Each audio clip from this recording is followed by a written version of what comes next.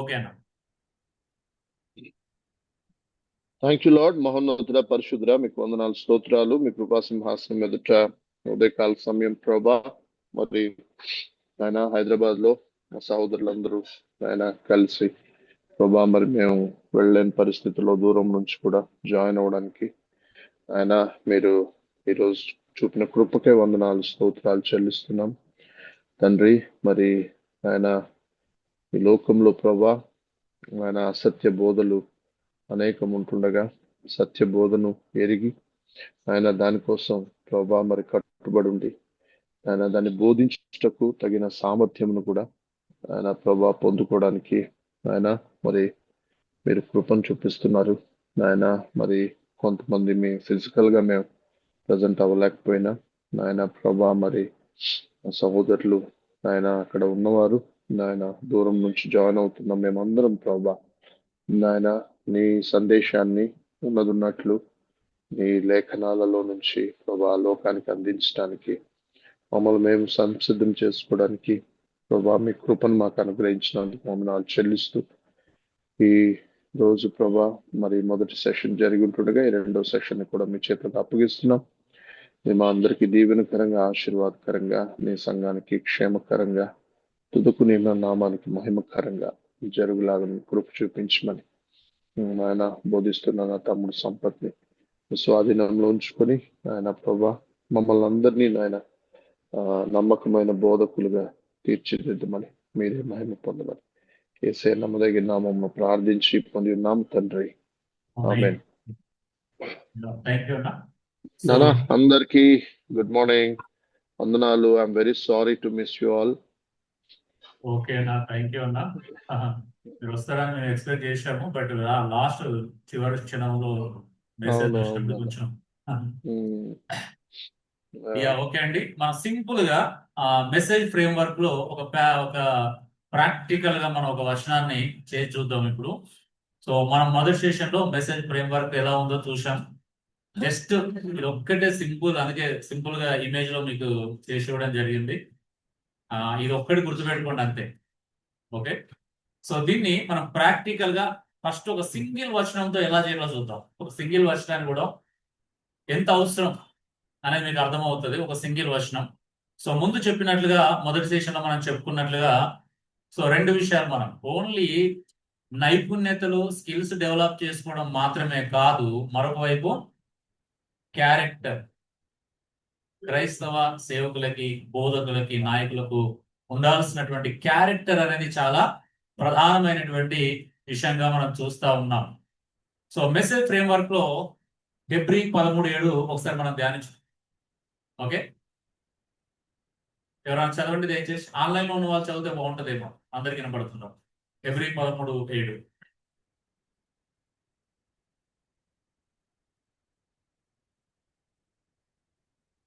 దేవుని వాక్యమును మీకు బోధించిన మీ నాయకులను జ్ఞాపకం చేసుకునుడి, వారి ప్రవర్తన ఫలితమును గమనించి వారి విశ్వాసమును అనుసరించుడి. ఓకే, సో క్షమించాలా, ఇక్కడ ప్రవర్తన ఫలము. ఓకే, ఫలమును యా నేను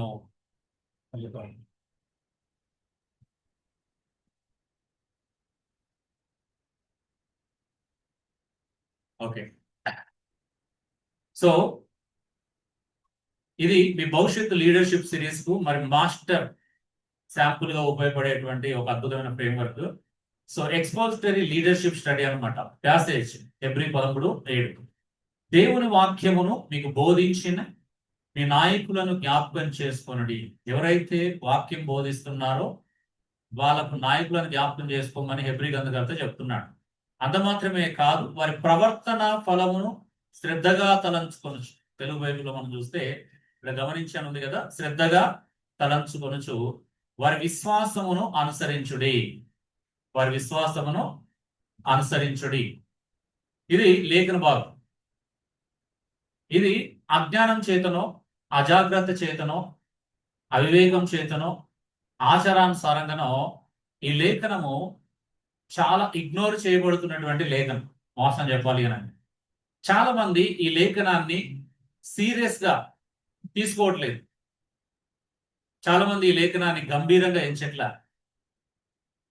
మీరు చాలా మందితో మాట్లాడుతున్నప్పుడు ఒక కామన్ పాయింట్, ప్రతి మనుషుడు ఒక సైకలాజికల్ గా ఒక ఆలోచన కలిగి ఉన్నాడు. ఏంటి అని అంటే, వాక్యం ఇచ్చే ఆలోచన కాకుండా సొంత ఆలోచనలు కలిగి ఉండడం ఎంత ప్రమాదకరమో కూడా ఈ లేఖనం మనం నేర్పిస్తాం. అదంతా కూడా మనం ఈ మెసేజ్ ఫ్రేమ్వర్క్ లో చూడబోతున్నాం. అంటే ఎగ్జాంపుల్ చెప్తున్నాను. ఒక ప్రమాదం ఏముందంటే, దీనిలో 2 ఎక్స్ట్రీమ్స్ ఉన్నాయి. ఒకటి ఏంటి అని అంటే, బోధ ఎలా ఉన్నా పర్వాలేదు, బ్రతుకు బాగుంటే సరిపోతుంది అని ఒక ఎక్స్ట్రీమ్.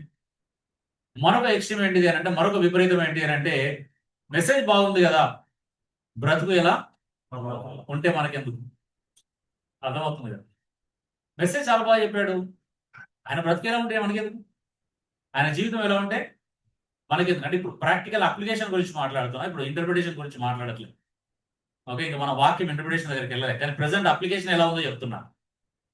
ప్రెసెంట్ క్రైస్తవులు, చాలా మంది విశ్వాసులు ఎలా అన్వయించుకుంటున్నారంటే, వారి సొంత ఆలోచన. మరి ఈ లేఖనానికి వాళ్ళు ఏం సమాధానం చెప్తారు? ఒకవేళ మనం అలా అన్వయించుకున్నాం అనుకో, సంపదన ఎలా ఉంటే మంచిగా బోధిస్తున్నాడు కదా, అది ఇంపార్టెంట్ మనకు అనుకున్నారు అనుకోండి, రైటేనా? ఒక పలానా వ్యక్తి చాలా అద్భుతంగా మంచి జీవితం ఉందండి, బోధ ఎలా ఉంటే మనకెందుకు? నీతిగా నిజాయితీగా మంచిగా ఉన్నాడు కదా, బోధ ఎలా ఉంటే మనకెందుకు?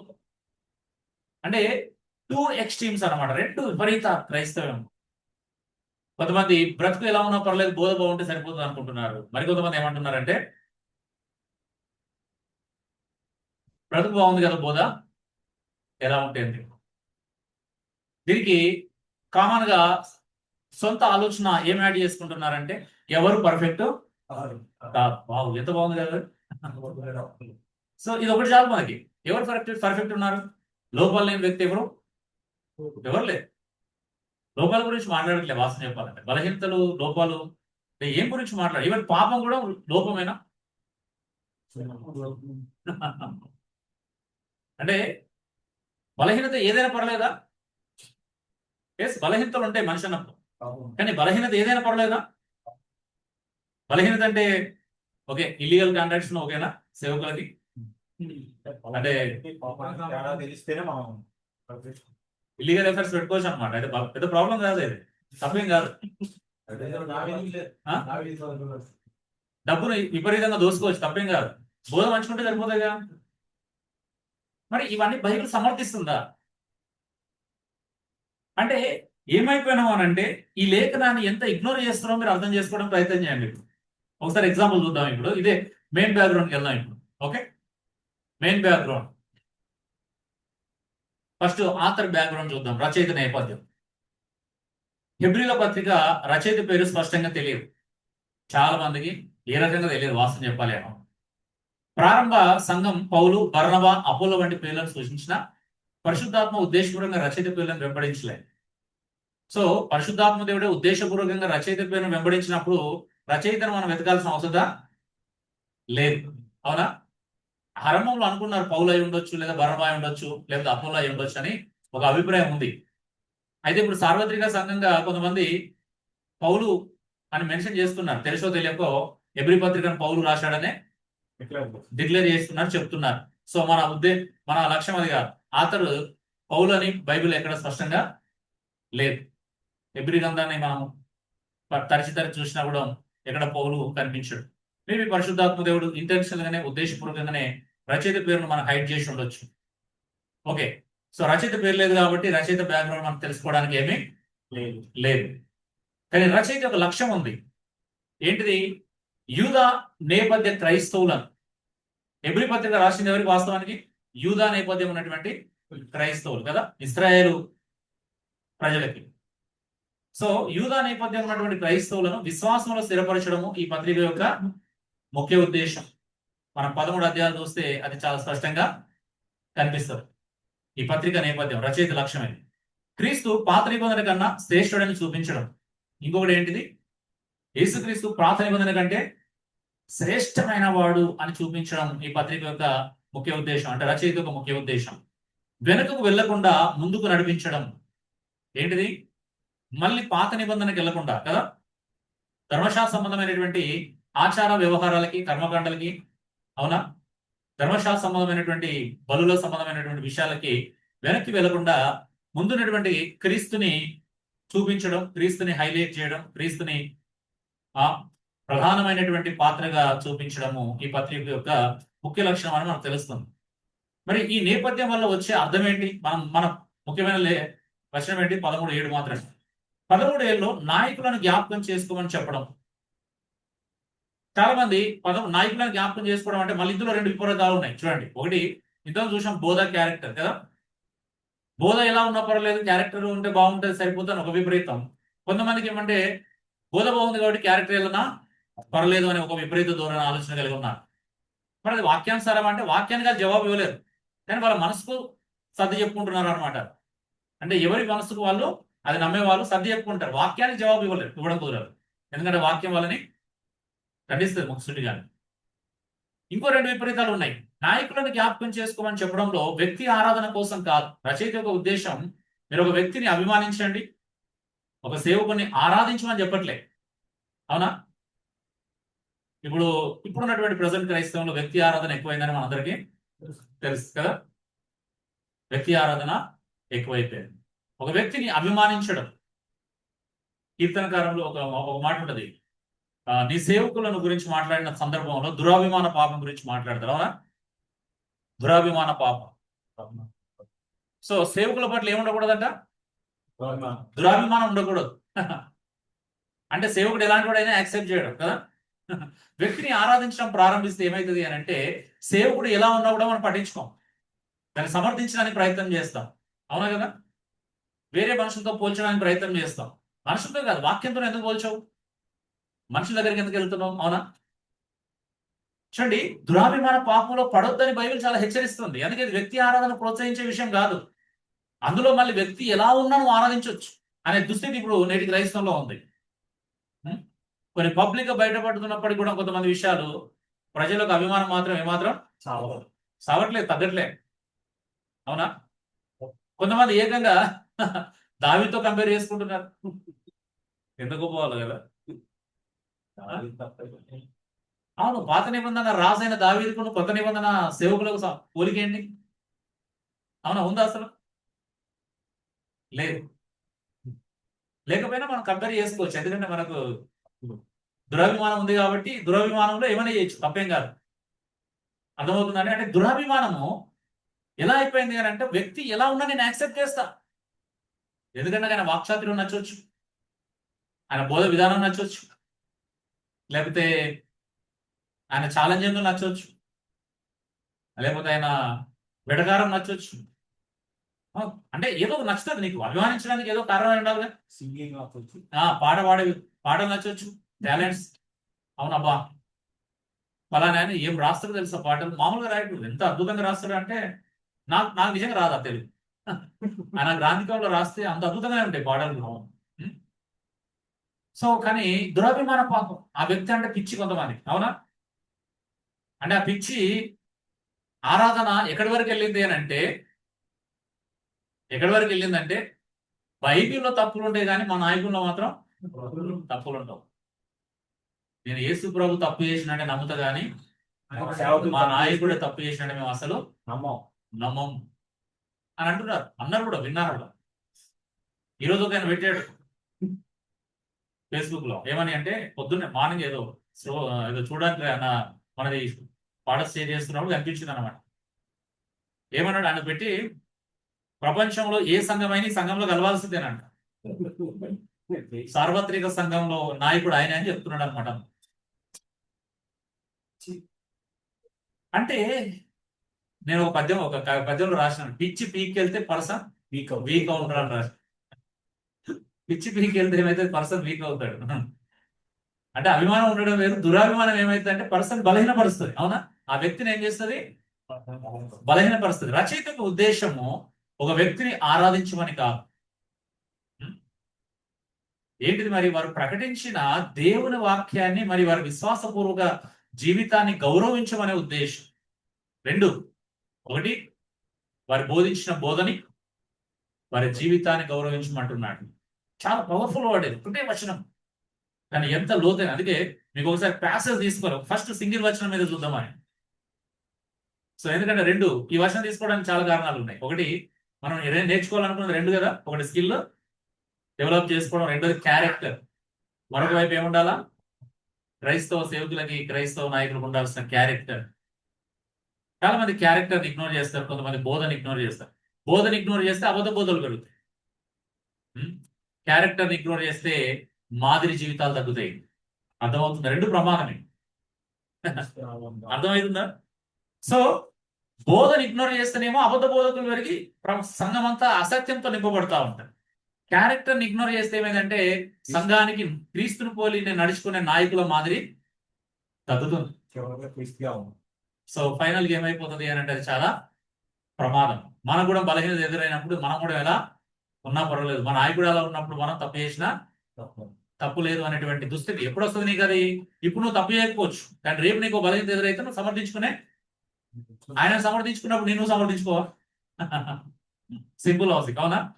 నువ్వు ఒక తప్పుడు వ్యక్తి అంటే ఒక తప్పుడు జీవితాన్ని జీవించిన వ్యక్తి యొక్క జీవితాన్ని నువ్వు తప్పుగా తీసుకున్నప్పుడు, అంటే నువ్వు సమర్థించగలిగినప్పుడు అదే తప్పు నీ జీవితంలో జరిగితే నువ్వు సమర్థించుకుంటావా లేదు?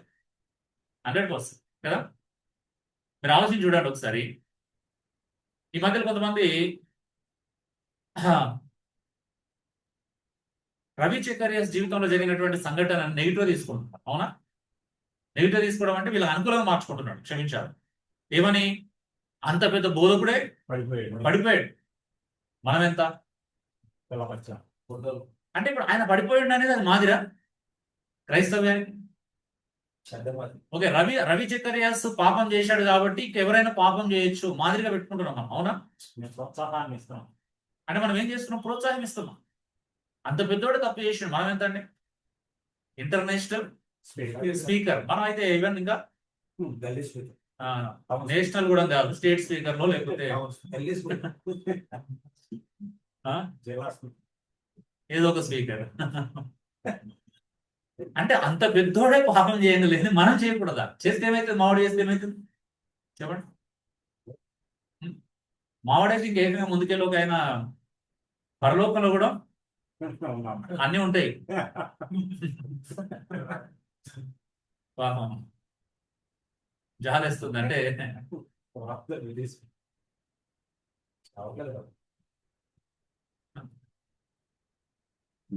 ఇంకా కొన్ని వరస్ట్ మాటలు మాట్లాడలేవని మనకి ఎందుకు లేదని. అంటే నాయకుడి జీవితం ఇక్కడ ఇంపార్టెంట్. మనం నాయకులు ఎదగాలంటే ఇప్పుడు మన గురించి ఇది మాట్లాడుకునేది, అవునా? మన జీవితం ఎలా కాపాడుకోవాలని. సో మన జీవితాల గురించి మాట్లాడుకుంటున్నాం. మరి మన జీవితాలు కాపాడుకోవడం ఎంత ముఖ్యమో, మనము ఒక వ్యక్తిని నాయకునిగా అంగీకరిస్తున్నప్పుడు కానీ ఆ వ్యక్తి యొక్క జీవితం కూడా మనకు అంతే ముఖ్యం. రేపు మనల్ని ఎవరైనా ప్రజలు అంగీకరించాలన్నా మన జీవితం సరిగా ఉండాలి. సో మరి ఇది ఎంత విపరీత దూరం ఆలోచించండి. నాయకుడు ఎలా ఉన్నా పర్వాలేదు, బోధ బాగుంటే సరిపోతుంది, లేకపోతే బోధ ఎలా ఉన్నా పర్వాలేదు, నాయకుడు నాతో మంచిగా మాట్లాడుతున్నాడు, ఫ్రెండ్లీగా ఫ్రీగా ఉన్నాడు కాబట్టి రైట్, అవునా? అక్కడ పరిశోధన చేస్తున్న దగ్గర వాళ్ళు చెబుతారు కానీ వాళ్ళ మాట వినండి కానీ వాళ్ళ జీవితాన్ని చూడరాదు అన్నట్టుగా మాట్లాడుతుంది. అది వేరే సందర్భం. అయితే ఆ సందర్భంలో ఈ సందర్భం చూపించలేదు. ఓకే, సో మత్తయి సువార్తల పరిశీలన గురించిన సందర్భము, వాళ్ళు ఎలా ఉన్నా పర్లేదు అనలేదు, వాళ్ళ జీవితాన్ని అనుసరించదు మాత్రమే చెప్పాడు. ఓకే, వాళ్ళ బోధన వినండి కానీ వాళ్ళు ధర్మశాస్త్రాన్ని బోధిస్తున్నారు, వాళ్ళ బోధన వినండి. అది పాత నిబంధన వరకే. కొత్త నిబంధనలు అలా చెప్పలేదు యేసుప్రభు. ఎక్కడ అపోస్తులు ఎక్కడ అంటే సంఘాలకు ఎప్పుడు అలా చెప్పలేదు. అక్కడ సందర్భంలోనే అది అర్థం చేసుకోవాలి. దాన్ని తీసుకొచ్చి ఇక్కడ పెట్టామనుకో అప్పుడు ఏమవుతుంది అంటే ఇంక ఎలా ఉన్నా పర్వాలేదు అనుకున్నా అనే విపరీత దూరానికి వస్తుంది. అప్పుడు తిమోతి రాసిన పత్రికలో, తీతు రాసిన పత్రికలో సంఘ పెద్దల లక్షణాలు ఎలా ఉన్నా పర్వాలేదు అని ఇగ్నోర్ చేయొచ్చా, వాటిని బైపాస్ చేయొచ్చా? ఇప్పుడు పౌలు నిజంగా నువ్వు చెప్పినటువంటి తిమోతి, తీతు రాసినప్పుడు నిన్ను గురించి, నీ బోధన గురించి జాగ్రత్త చేసుకోమనే మాటలు కాంట్రడిక్షన్ అవుతున్నాయా లేదా? చాలా ఆ లేఖనాన్ని అక్కడే తీసుకోవాలి, ఆ కాంట్రడిక్షన్ కూడా తీసుకోవాలి. దాన్ని ఇక్కడ తీసుకొచ్చినాం అనుకో అసలు ఈ లేఖనాలన్నీ కాంట్రడిక్షన్ అవుతాయి. ఎవ్రీ 13:7 కాంట్రడిక్షన్ అవుతుంది, అవునా? మొదటి తిమోతి పత్రిక 3వ అధ్యాయం 1 నుండి 7 వచనాలు కాంట్రడిక్షన్ అవుతాయి. తీతు రాసిన పత్రిక 1వ అధ్యాయం 5 నుండి 9 వచనాలు కాంట్రడిక్షన్ అవుతాయి. అవునా? పౌలు అనేక సందర్భాల్లో చెప్పినటువంటి 2 కొరింథీ 11:1 కావచ్చు, ఫిలిప్పీ పత్రిక 3:15-20 వచనాల్లో చెప్పిన ప్రతిదీ కాంట్రడిక్షన్ అవుతుంది. ఆ వచనాన్ని తీసుకొని చాలా మంది ఆ. బాధ పర్లేదు, మనం విన్నామని అంటున్నాం. సరే, మరి ముందు దానికంటే ముందు వీళ్ళు మరి శాస్త్ర పరిశీలన కూడా ఒప్పుకుంటే ఇంకా బాగుంటుంది. సో లాజిక్స్ వాళ్ళకే ఉంటే మనకు తెలివి వాళ్ళ సొంతం అనుకుంటే పొరపాటే. సరే, ఎవరైనా పర్లేదు ఆ జీతం ఎలా ఉన్నా పర్వాలేదు, ఒప్పుకోండి కనీసం అదన్నా. మేమైతే ఎవరినైతే మేము వెంబడిస్తున్నాం ఆయన పరిచయం శాస్త్రం ఒప్పుకోండి, నో ప్రాబ్లం. ఓకే.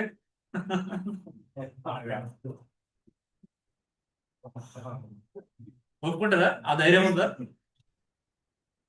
మావాడి జీవితం ఎలా ఉన్నా మేము బోధన అనుసరిస్తున్నాం, వాడు వాస్తవానికి పరిచయుడే శాస్త్రయే అని డిక్లేర్ చేయండి, ప్రాబ్లమే లేదు మాకు కూడా.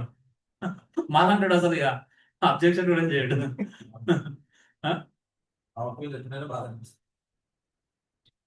చెప్పండి, అదే సోషల్ మీడియాలో మహావుడు ఒక వ్యభిచారే కానీ బోధ బాగుంటుంది, మేము బోధన మాత్రం అనుసరిస్తున్నాం.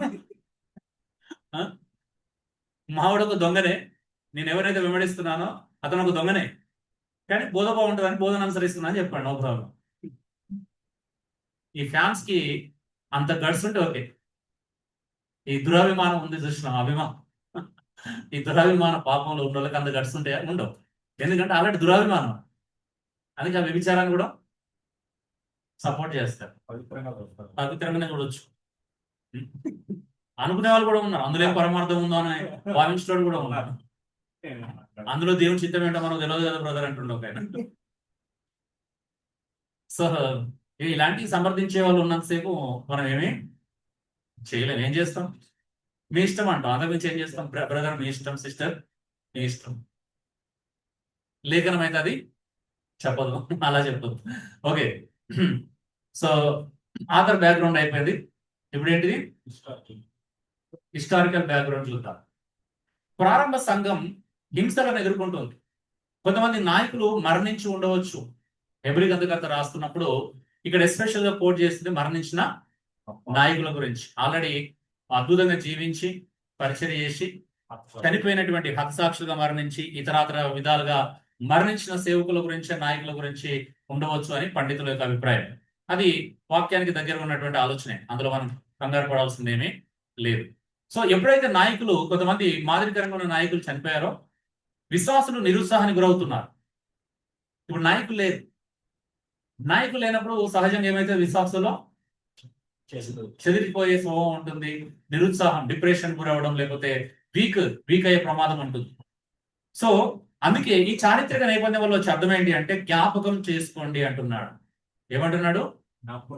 అలా చెదిరిపోకండి, అలా నిరుత్సాహపడకండి, అలా బలహీన పడిపోకండి, కానీ జ్ఞాపకం చేసుకోండి. అంటే దేని గురించి? జ్ఞాపకం అనేది గతంలో విశ్వాసంగా జీవించి ముగించిన నాయకులను గుర్తు చేసుకొని ధైర్యం పొందమనే పిలుపు. ఏమంటున్నాడు? మీరు బలహీన పడిపోవాల్సిన అవసరం లేదు. ఒకసారి మీ నాయకులను జ్ఞాపకం చేసుకోండి, వారు చేసిన బోధన జ్ఞాపకం చేసుకోండి, వారి విశ్వాసాన్ని, వారి ప్రవర్తన ఫలాన్ని ఒకసారి జ్ఞాపకం చేసుకొని ప్రస్తుతం మీరు ఏం చేయండి అంటే వారి విశ్వాసాన్ని అనుసరించండి అంటున్నాడు. ఫాలో కండి. వాళ్ళు ఎలా జీవించారో అలాగే జీవించండి. వాళ్ళ విశ్వాసంతో ఎలా ఉన్నారో మీరు కూడా అదే విశ్వాసాన్ని కలిగి ఉండమని చెప్తున్నాడు. ఆమెన్. చూడండి, ఇది హిస్టారికల్ బ్యాక్గ్రౌండ్ ప్యాసేజ్ యొక్క హెబ్రీ 13:7 యొక్క హిస్టారికల్ బ్యాక్గ్రౌండ్. చూడండి ఎంత బాగుంది, సింపుల్ కదా. ఇప్పుడు దీనికి ఏమైనా మనం అబద్ధం కలిపి చెరపాల్సిన అవసరం ఉంది వాక్యానికి? లేదు. సో మనసు ఏదేదో ఆలోచనతో చూపించాల్సిన అవసరం ఉందా? ఇప్పుడు దీన్ని ఐసీ చేయాల్సిన అవసరం లేదు. ఓకే. దానిలో ఉన్నటువంటి చిన్న లేఖనం మనందరూ తెలుసు. ప్రారంభ సంఘంలో బహుశా అన్ని పత్రికల్లో ఈ కామన్ పాయింట్ కనిపిస్తుంది. నాయకులు హింస పొందడం, శ్రమలకు గురవడం, హతసాక్షులుగా మరణించడం, ఇవన్నీ చాలా సహజమైనటువంటి విషయాలు ఆదిమ సంఘంలో. సో ఎప్పుడైతే నాయకులు చనిపోతారో విశ్వాసులు బలహీనం అవ్వడం కూడా అంతే సహజమైనటువంటి విషయం. ఆదిమ సంఘంలో నాయకులు చంపబడడం ఎంత సహజమైన విషయమో, క్రైస్తవులు కూడా చంపబడడం ఎంత సహజమైన విషయమో, నాయకులు చనిపోయినప్పుడు విశ్వాసులు బలహీన పడిపోవడం కూడా అంతే సహజమైనటువంటి విషయం. మరి ఈ చారిత్రక నేపథ్యం మనకు ఏమిస్తుంది? జ్ఞాపకం చేసుకోమని చెప్తుంది. ఎవరిని? ఆ చనిపోయిన విశ్వాసులు, నాయకుల. ఏం జ్ఞాపకం చేసుకోవాలి? వాళ్ళు వారి ప్రవర్తన ఫలాన్ని జ్ఞాపకం చేస్తుంది. ఎందుకంటే వాళ్ళు మీ మధ్యలో మా ఎలా ఉన్నారు మీకు తెలుసు, ఎలా జీవించారు మీకు తెలుసు. విచిత్రం కదా, ఈరోజు ప్రవర్తన ఫలం ఎవరో తెలియదు మనకి. అంటే మనము సోషల్ మీడియా వచ్చిన తర్వాత ఎంత ప్రమాదం అయిపోయింది అని అంటే, ఎవరు పడతాం నాయకులుగా భావిస్తున్నాం, అవునా, అంగీకరిస్తున్నాం. Dangerous thing, very dangerous thing అది. ఓకే, వారి బోధ విని కొంత నేర్చుకోవడం తప్పు కాదు, కానీ వారి నాయకులుగా అంగీకరించడం, మెంటల్ గా భావించడం చాలా ప్రమాదకరమైన విషయం. క్రైస్తవ్యానికి నాయకులు. అర్థమవుతుందా? మన స్టోరీలో ఒక స్టోరీ ఉండేది, మన ప్రభులోకి రాకుండా నేను చదువుకున్న స్టోరీలో, నేను అందరికి తెలిసి ఉంటుంది. ఒక ఆయన ఏకలవ్యుడు అని ఒక శిష్యుడు ఉంటాడు. ఒక వ్యక్తిని గురువుగా భావిస్తాడు. ఆయన నేర్పించింది లేదు, ఏం లేదు. ఆయన వ్యక్తిత్వం ఏమో తెలియదు, ఏం తెలియదు, అవునా. దూరంగా ఉండి విలువిద్యను ప్రార్థన చేసి తన గురువుగా భావిస్తాడు. ఒకరోజు ఇది కాస్త తన ప్రియ శిష్యుని తెలుస్తాడు. నాకంటే విలువిద్య బాగా తెలిసినోడు ఒకడు ఉన్నాడని తెలియగానే గురువు గారికి కంప్లైంట్ చేస్తాడు. గురువు గారు ఒప్పుకుంటాడా? ఈయన తీసుకొని వచ్చేసి విలువిద్య ఎక్కడ నుండి వచ్చిందంటే, నిన్ను బట్టి మిమ్మల్ని బట్టి నేర్చుకున్నాను, అయితే నా గురు దక్షిణగా నీ బోటని వేలు ఇచ్చేయమంటాడు. అలా ఉంటది అనమాట. తెలిసి తెలియమని గురువుగా విద్య ఉన్న విద్యలాగా కాక నేను ఇప్పుడు బొటన వేలు అయినాక ఏముంటుంది అక్కడ? తప్పుగా అనుకోండి, పొరపాటున వాళ్ళంటే మనల్ని ఇప్పుడు టార్గెట్ చేసుకుంటారు. సో మన పరిస్థితి కూడా అలాగే ఉంది. బుక్కు మొక్కం తెలియని గురువుగా మెంటర్గా భావిస్తే, ఒక నాయకునిగా భావిస్తే, నీ ఆత్మీయ స్పిరిచువల్ ఆధ్యాత్మిక జీవితానికి నాయకునిగా భావిస్తే అంతే ప్రమాదం ఉంటుంది. పరిచయం అయిన తర్వాత అప్పుడు ఉంటుంది నీకు నేనేం చేస్తానని, అవునా, నేను ఎలా వాడుకుంటాడని ఇప్పుడు తెలియదు.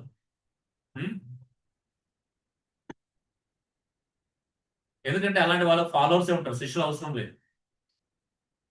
ఈరోజు చాలా మందికి తెలియని విషయం అనమాట. ఇదే వాళ్ళ జీవితం ఎలా ఉన్నా పర్వాలేదని ఎలా చెప్తున్నావు? బైబిల్ చెప్పట్లేదే. నువ్వు అనుసరించాల్సినటువంటి నాయకుని యొక్క జీవితం ఎలా ఉన్నా పర్లేదు అంటున్నాడా? ఇది ఒక వచనం కాదు, మనం వేరే ప్యాసేజ్ కూడా ధ్యానించదు.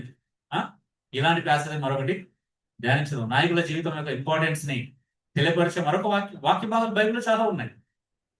మరి ప్రవర్తన ఎలా ఉంటే నాకేంది? వాళ్ళు ముగ్గురు పెళ్లి చేసుకుంటే నాకేంది? ఇద్దరు పెళ్లి చేసుకుంటే నాకేంది? వారి జీవితం ఎలా ఉంటే నాకేంటి? వాళ్ళు ఎన్ని అబద్ధాలు ఆడితే నాకేంటి? బోధ బాగానే చేస్తారుగా, వాక్చాతుర్యం బాగానే ఉంది, అవునా. ఇది ఏమైపోతుంది అని అంటే, క్రైస్తవ సమాజంలో ఒక భ్రష్టు పట్టించేటువంటి ఆలోచన విధానం దారితీస్తుంది. వాక్యానికి విరుద్ధమైన ఆలోచన అది. అందుకే నాయకుల యొక్క ప్రవర్తన ఫలం ఇక్కడ హిస్టారికల్ బ్యాక్గ్రౌండ్ లో జ్ఞాపకం చేసుకోమంటుంది నాయకుల లైఫ్ స్టైల్, అవునా, వారి జీవితం. So thirdly, geographical background. యూదా క్రైస్తవులు రోమా లేదా ఇతర ప్రధాన నగరాల్లో నివసించే అవకాశం ఉంది. విభిన్న సంస్కృతులు, హింసలు, మతపరమైనటువంటి ఒత్తిళ్ల మధ్య సంఘాలు ఉన్నాయి. మీరు చూడండి, ఇప్పుడు మనం ఎంత భయంకరమైనటువంటి సంఘర్షణల మధ్యలో సంఘం ఉందో, వాళ్ళు కూడా ఇంకా మనకంటే ఎక్కువ సంఘర్షణలు ఉన్న వాళ్ళకి. సరే, ఇప్పుడు మనం అయితే నిజంగా సంఘర్షణ మధ్యలో ఉన్నాం, అవునా. సోషల్ మీడియాకి వెళ్తే ఒక సంఘర్షణ, అవునా. సమాజంలో అంతా ఒక సంఘర్షణ. ఒక పబ్లిక్ మీటింగ్ వెళ్ళాలంటే ఒక సంఘర్షణ. ఎందుకంటే తప్పుడు నమ్మకాలు, తప్పుడు సిద్ధాంతాలు ఉన్నాయి, తప్పుడు సంస్కృతులు మనకు కూడా ఉన్నాయి. చూడండి, రోమా క్రైస్తవులకు ఏమైంది అని అంటే, వాళ్ళు ఎక్కువగా యూదా క్రైస్తవులు యూదా క్రైస్తవులు రోమా ఇతర ప్రధాన నగరాల్లో నివసించే అవకాశం ఉంది. లేకపోలేదు, చాలా మంది నివసిస్తున్నారు. వాళ్ళకి నివసిస్తున్నప్పుడు వాళ్ళకి ఎదురైన సంఘటనలు ఏంటంటే, విభిన్న సంస్కృతులు, హింసలు కూడా, పర్సిక్యూషన్ ఎక్కువ ఉంది, మతపరమైన ఒత్తిళ్ల మధ్య సంఘాలు ఉన్నాయి. కొంతమంది ఇప్పుడు రోమన్స్ ఒక రకంగా హింసిస్తే యూతులు మరొక రకంగా దాడి చేస్తున్నారు క్రైస్తవుల మీద, అవునా. లేదు మీరు మన పాత నిబంధననే ఫాలో కావాలి, అవునా. బలులు, ఆచారాలు, సాంప్రదాయాలు, విశ్రాంతి దినం, సున్నతి, పండుగలు, ఇవన్నీ వీళ్ళ ప్రభావం ఉంది ఒకవైపు. ఇప్పుడు కూడా క్రైస్తవులు రకరకాల ప్రభావాలు ఉన్నాయి కదా, అలాగే వాళ్ళకు కూడా అలాంటి పరిస్థితులు ఉన్నాయి. మరి దీని అర్థం ఏంటి? నాయకత్వం కేవలం బోధించడం కాదు, కష్టకాలంలో సంఘాన్ని నడిపించడం అనేది భౌగోళిక నేపథ్యం కూడా ఇక్కడ మనకు కనిపిస్తా ఉంది. బోధిస్తే సరిపోదు నాయకుడు అనేవాడు.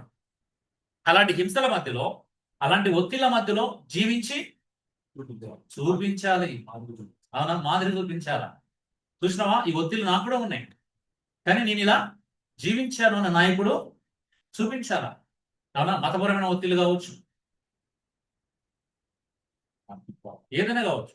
ఇప్పుడు ఒక వ్యక్తి చెప్పినట్టు నేను సేవలో ఉన్నాను కాబట్టి సేవలో ఉన్నప్పుడు నాకు పరిచర్య చేస్తున్నప్పుడు నేను రకరకాల ప్రాంతాలు తిరుగుతున్నప్పుడు నాకు స్త్రీల ఒత్తిళ్ళు కూడా ఉంటాయి కాబట్టి నేను పడిపోయినట్టు రైట్ అయినా. అలా ఉంది కొంతమంది. ఒత్తిళ్ళ మధ్య ఏమైనా చేయొచ్చని బైబిల్ చెప్పట్లా. ఆ ఒత్తిళ్ళని ఎలా అధిగమించి చూపించడమే నాయకత్వం. అవునా? సో అంటే వాళ్ళ ఒత్తిళ్ళు వేర్లే పాపం, మన ఒత్తిళ్ళ విచిత్రమైన ఒత్తిడి. వాళ్ళ ఒత్తిడి జినైన ఒత్తిళ్ళాలి కదా. లేఖనంలో వాళ్ళ ఒత్తిళ్ళు నిజంగానే సంస్కృతి వలన వచ్చిన రోమ ప్రజల హింసలు కదా, యూదా మతం యొక్క ప్రభావము, వాళ్ళ ఒత్తిడి డిఫరెంట్. మన ఒత్తిడి విభిన్నమైన విచిత్రమైన విషయం ఏంటంటే మనకు అన్నిటితో పాటు ఎక్స్ట్రా ఒత్తిడి కూడా ఉన్నాయి అన్నమాట ఇప్పుడు నాయకులు. సో ఇది నాయకత్వము కేవలం బోధించడం కాదు, కష్టకాలంలో సంఘాన్ని నడిపించడం అంటే మాదిరి చూపించి జీవించడం, ఇది క్రైస్తవ్యం అని. కల్చరల్ బ్యాక్గ్రౌండ్ కూడా చూద్దాం. సాంస్కృతిక నేపథ్యం, రబ్బీలను గౌరవించే యూదా సాంప్రదాయం, గ్రీకు తత్వవేత్తల ప్రభావం, రోమా సామ్రాజ్య అధికార సంస్కృతి. చూడండి, మూడు కల్చరల్ ప్రాబ్లమ్స్ ఉన్నాయి ఇక్కడ. ఒకటి, యూదా మతంలో రబ్బీలను గౌరవించే యూదా సాంప్రదాయం మనకు చాలా హైగా కనిపిస్తుంది. అవునా? రబ్బీలను వెంబడించడం, రబ్బీలను గౌరవించడం, రబ్బీలు ఏం చేస్తే చెప్తారు చేస్తారు. అవునా? ఫైనల్ అన్నమాట, ధర్మశాస్త్రం లేకపోయినా చేస్తారు కొన్నిసార్లు. అలా ఉంటుంది అనమాట, అంత ప్రభావం ఉంటుంది. అలాగే గ్రీకు తత్వవేత్తల ప్రభావం ఆదిమ సంఘంలో చాలా విపరీతంగా ఉండేది. ఫిలాసఫీ అనేది ఎక్కడి నుంచే పుట్టింది, డెవలప్ అయింది, విపరీతంగా డెవలప్. ఆ టైంలో ఇంకా ఫిలాసఫీ అనేది అప్పటికి ఒక 500 సంవత్సరాల ముందు నుంచే ఫిలాసఫీ పెరుగుతూ వచ్చింది. సో ప్లేటో కావచ్చు, అరిస్టాటిల్ కావచ్చు, సోక్రటీస్ కావచ్చు. సో వీళ్ళ ప్రభావము, వీళ్ళ రచనా ప్రభావం చాలా విపరీతంగా ఉంది అప్పటికి. మూడోది, రోమా సామ్రాజ్య అధికార సంస్కృతి. చూడండి, గ్రీకు వాళ్ళదేమో తత్వవేత్త ప్రభావము, కల్చర్ ప్రభావము. రోమా సామ్రాజ్యం అధికార కల్చర్ అది వాళ్ళది. యూదాలదేమో మత సంబంధమైన ప్రభావం. చూడండి, 3 ప్రభావాలు ఉన్నాయి ఆ కాలంలో. మంచిగా వినండి, ఎంత చక్కగా మనం అర్థం చేసుకోవడానికి ఉపయోగపడుతుంది. ఒకవైపు యూదా మత యొక్క ప్రభావం, రెండో వైపు గ్రీకుల యొక్క తత్వ జ్ఞాన ప్రభావం, ఫిలాసఫీ. మూడో వైపు రోమా సామ్రాజ్యంలో అధికార ప్రభావం ఎక్కువ ఉంటుంది. అవునా? వాళ్ళ అధికార దాహం కలిగిన వాళ్ళు, అధికారము ప్రదర్శించే సంస్కృతి వాళ్ళు, అధికారం ఎక్కడ వాళ్ళు వదులుకోరు. అవునా? అందుకే కొంతమంది డబ్బులు ఇచ్చి మరి రోమ పౌరసత్వాన్ని కొనుక్కునే వాళ్ళు ఆ టైంలో. పౌలేం కొనుక్కోలే,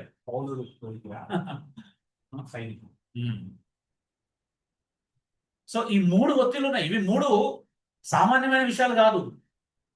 సామాన్యమైనవా? అస్సలు కాదు. చాలా ప్రధానమైనటువంటి ప్రభావాలు అన్నమాట. యూదా మత ప్రభావం చిన్నది కాదు, గ్రీకుల తత్వజ్ఞానం చిన్నది కాదు, రోమా అధికార ప్రభావం చిన్నది కాదు. ఆ సంస్కృతిలో ఈ 3 ప్రభావాలు ప్రభావితం చేస్తున్నాయి. అర్థం, క్రైస్తవ నాయకుడు అధికారంతో పనిచేయకూడదు. అంటే యూదా మత యొక్క రోమా సామ్రాజ్యం యొక్క అధికారాన్ని ప్రదర్శించకూడదు. వాక్యం మరియు ఆదర్శ జీవితం ద్వారా నాయకత్వము వహించాలి అనేది క్రైస్తవ నాయకులకు ఉన్నటువంటి గొప్ప ఉపదేశం. అవునా? రబ్బీలాగా నిలుటంగిలేసుకొని సంత వీధులలో వందనాలు స్వీకరించే కల్చరు ఫాలో కాకూడదు క్రైస్తవుడు అయిన తర్వాత, నాయకుడు అయిన తర్వాత. అవునా? అలాగే జ్ఞానం అంటే గొప్ప కోసము వేదాంతాన్ని అభ్యసించకూడదు, గ్రీకుల ఫిలాసఫీని అనుసరించకూడదు, అలాగే రోమా సామ్రాజ్య అధికార పరిస్థితిని, సంస్కృతిని వెంబడించకూడదు. ఈ 3 మన చుట్టుముట్టినప్పుడు మన మీద ప్రభావం పడే అవకాశం ఉందా లేదా? ఇప్పుడు ఈజీ కదా. ఎగ్జాంపుల్, ఇప్పుడు ప్రెసెంట్ ఆధునిక సంఘ నాయకులను చూసుకోండి. ఆధునిక సంఘ నాయకుల దృష్టాంతం ఏంటిది? ఆకర్షణ, గొప్పవాళ్ళు కావాలి, డబ్బు సంపాదించాలని. ఈ ప్రభావం ప్రతి నాయకుని మీద పడుతుందా లేదా చెప్పండి. అవునా? ఎలాగైనా పేరు సంపాదించుకోవాలి, ఎలాగైనా డబ్బు సంపాదించుకోవాలి, ఉందా లేదా ఇప్పుడు ప్రభావం? స్త్రీలను ఆకర్షించుకోవాలి. చూడండి, ఈ ప్రభావం వల్లనే కదా ఇంతమంది ఇలా తయారవుతున్నారు. ఓకే, స్వభావం అయితే ప్రాబ్లం ఉంది, కానీ ప్రభావం కూడా ఉందిగా. అందరూ అలాగే ఉంటే ఏమవుతుంది? ఒకటి మంచి దారిలో ఎవరు నడవనివ్వరు, అవునా? మీరు కూడా మాతో పాటు రండి కాబట్టి ఇటు వరకు మూడింటి నుంచి వస్తాం పోవడం. కదా. ఒక యోగ్యుడు అయోగ్యులందరికీ శత్రువు అంటుంది. ఒక అయోగ్యుడు యోగ్యులందరికీ శత్రువుగా భావించకపోయినా యోగ్యుడు మాత్రం అయోగ్యులందరికీ శత్రువే, అవునా? ఒక్కడు మంచుకుంటే ప్రాబ్లమే కదా. ఆ ఒక్కడిని ఏం చేయాలా? కలిపేసుకోవాలా. అలా ఉంది పరిస్థితి ఈరోజు. అందుకే ఈరోజు స్టేజ్ కల్చర్ ఎక్కువ ఉంది, మనందరూ తెలుసు కదా. మన కల్చర్ ఏంటి? Social media culture, stage culture యొక్క ప్రభావం, అవునా? టీవీ కల్చర్, టీవీలో కనిపించాలి. అంటే వాటి ప్రభావం లోనైపోయి అదే పరిచర్య అన్నట్టుగా ఫీల్ అవుతున్నారు. అర్థమవుతుందా?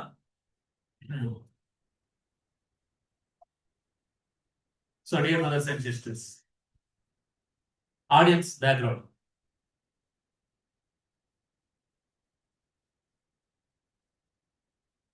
శ్రోతలు ఎవరు? యూదా క్రైస్తవులు. యూదులు కాదు, యూదా క్రైస్తవులు. సో ఏం చేస్తున్నారు వాళ్ళు? హింసలను ఎదుర్కొంటున్నారు. కొందరు విశ్వాసాన్ని విడిచిపెట్టే ప్రమాదాలు కూడా ఉన్నారు, అవునా? అసలు 11వ అధ్యాయం రాయడానికి గల కారణం ఏంటి? విశ్వాసంలో స్థిరంగా ఉండడానికి. అంతమందిని ఎందుకు చూపించాడు? మందిగా ఉంది. అర్థం, విశ్వాసంలో నిలబడడానికి దేవుడు ఇచ్చిన నాయకులను గుర్తించమని రచయిత ప్రోత్సహిస్తున్నాడు. హెబ్రీ 13:7 ద్వారా ఏం చేస్తున్నాడు? నీ విశ్వాసంలో స్థిరంగా ఉండడానికి, నీ విశ్వాసంలో నిలబడటానికి దేవుడు నీకు అనుగ్రహించిన నాయకులను గుర్తు చేసుకోమని రచయిత ప్రోత్సహిస్తున్నాడు. అంతమంది 11వ అధ్యాయంలో ఎంతోమంది భక్తులను కూడా ఉదాహరణగా చూపించాడు, అవునా? అసలు హెబ్రీ పత్రిక 3వ అధ్యాయం ప్రారంభించడంలో మనం చూస్తాం విశ్వాస విషయమై కదా. సో పాపం వల్ల కలుగు బ్రహ్మచేత ఎవడన్నా విశ్వాసం తొలిపోవడం ఉంటాడేమో అని అక్కడే హెచ్చరించబడ్డారు, అవునా? 6వ అధ్యాయం 9వ అధ్యాయంలో కూడా విశ్వాస విషయంలో ఎలా తప్పిపోయే ప్రమాదం ఉందో హెచ్చరించబడ్డారు. అంటే అలాంటి దుష్ట హృదయం వస్తే ప్రమాదం కదా. విశ్వాసం లేని దుష్ట హృదయం కదా, దుష్ట స్వభావం ఎవరి ఎందైనా మొలుసునేమో. ఎంత ప్రమాదకరమైన హెచ్చరిక. చూడండి, ఈ పత్రిక మొత్తం ఎక్కువగా విశ్వాసం మీదనే నడుస్తూ ఉంటాయి. అందుకే యూదా క్రైస్తవులు, శ్రోతలేమో యూదా క్రైస్తవులు హింసలను ఎదుర్కొంటున్నారు. కొందరు విశ్వాసాన్ని విడిచిపెట్టి ప్రమాదంలో ఉన్నారు.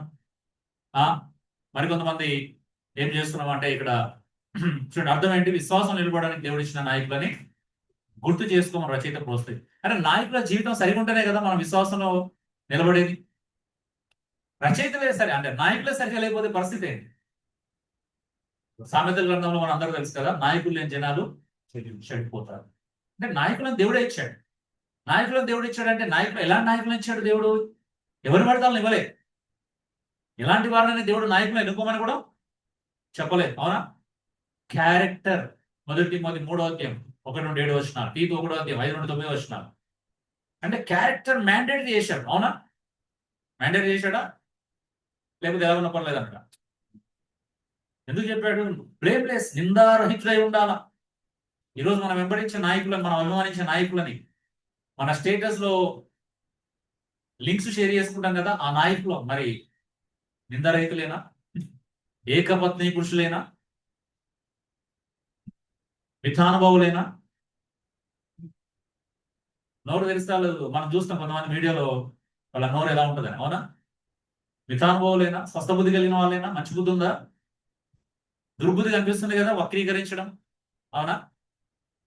ఏమో విచిత్రం, కొన్ని ఛాలెంజ్లు కూడా విన్నాను నేను మొన్న రీసెంట్ గా. కొంతమంది ఛాలెంజ్లు కూడా చేస్తూ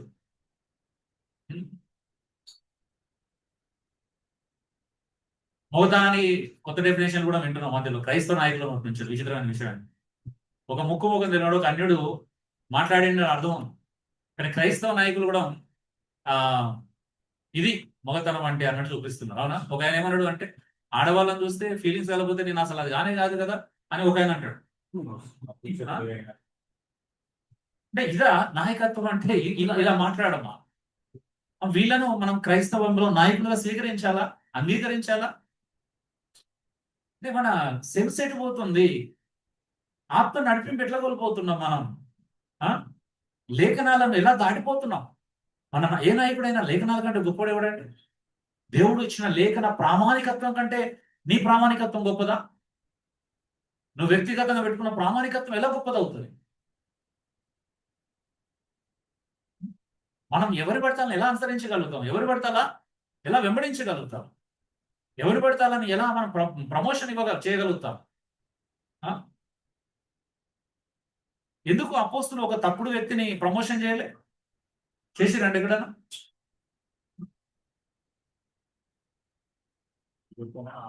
ఎవరైనా తప్పు చేస్తే, పాపం చేస్తే వెంటనే గద్దించి వాళ్ళకి మాకు సంబంధం లేదని చెప్పారు. ఇంకా అవునా? వాళ్ళని అనుసరించొద్దని చెప్పారు. అవునా? వాళ్ళని మీ పత్రికలు ఇచ్చి పంపించలేదని చెప్పారు. ఒకవేళ మా పేరు చెప్పుకున్నా మీరు వాళ్ళని నమ్మొద్దని చెప్పాడు. అవునా? మా పేరు చెప్పుకొని వచ్చే అవకాశం ఉందని చెప్పాడు. అవునా? అంటే విచిత్రం తెలుసా, ఈ రోజు క్రైస్తవం ఆధునిక సంఘము ఎలా తయారైపోయింది అని అంటే, ఎలా అయినా పర్లేదు అనుకుంటున్నారు. నాయకుల ప్రవర్తన ఫలాన్ని శ్రద్ధగా తలంచుకో.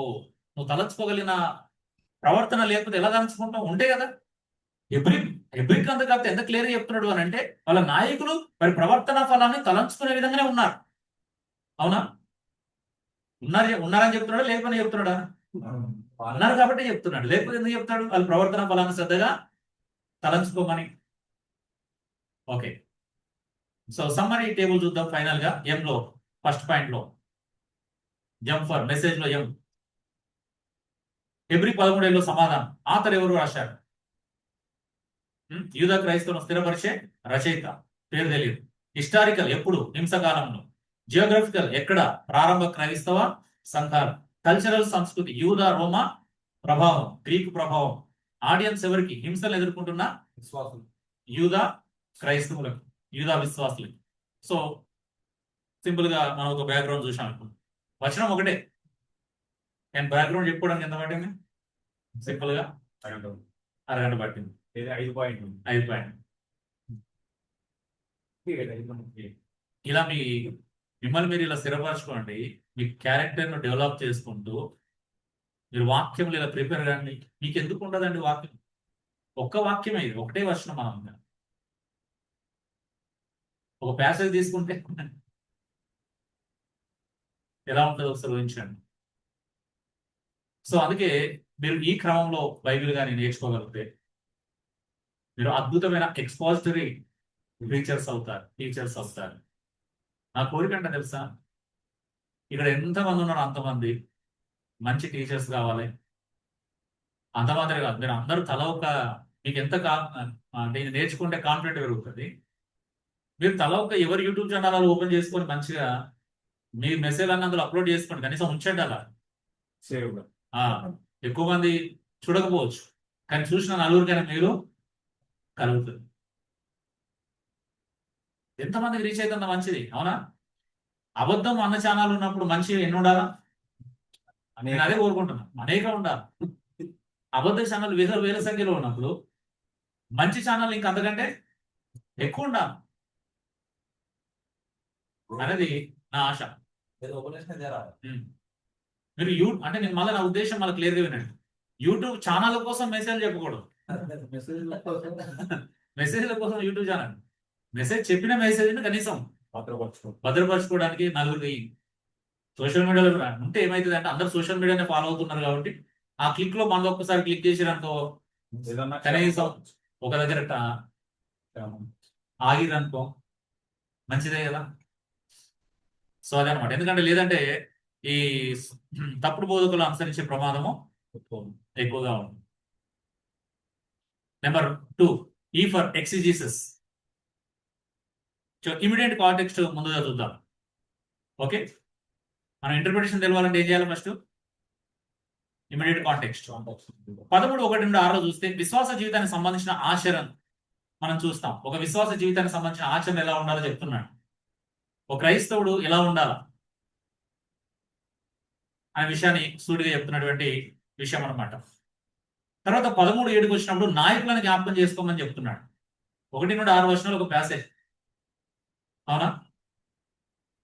వివాహం గురించి కావచ్చు, శరీరంలో ఉన్నటువంటి బలహీనను ఎలా భరించాలి. కాపాడుకోవాలి అంటే సహాయం చేయాలి. అంటే శారీరక శ్రమలు కలుగుతున్నాయి వాళ్ళు. కాబట్టి శ్రమలలో ఉన్న వారిని ఏమంటున్నాడు?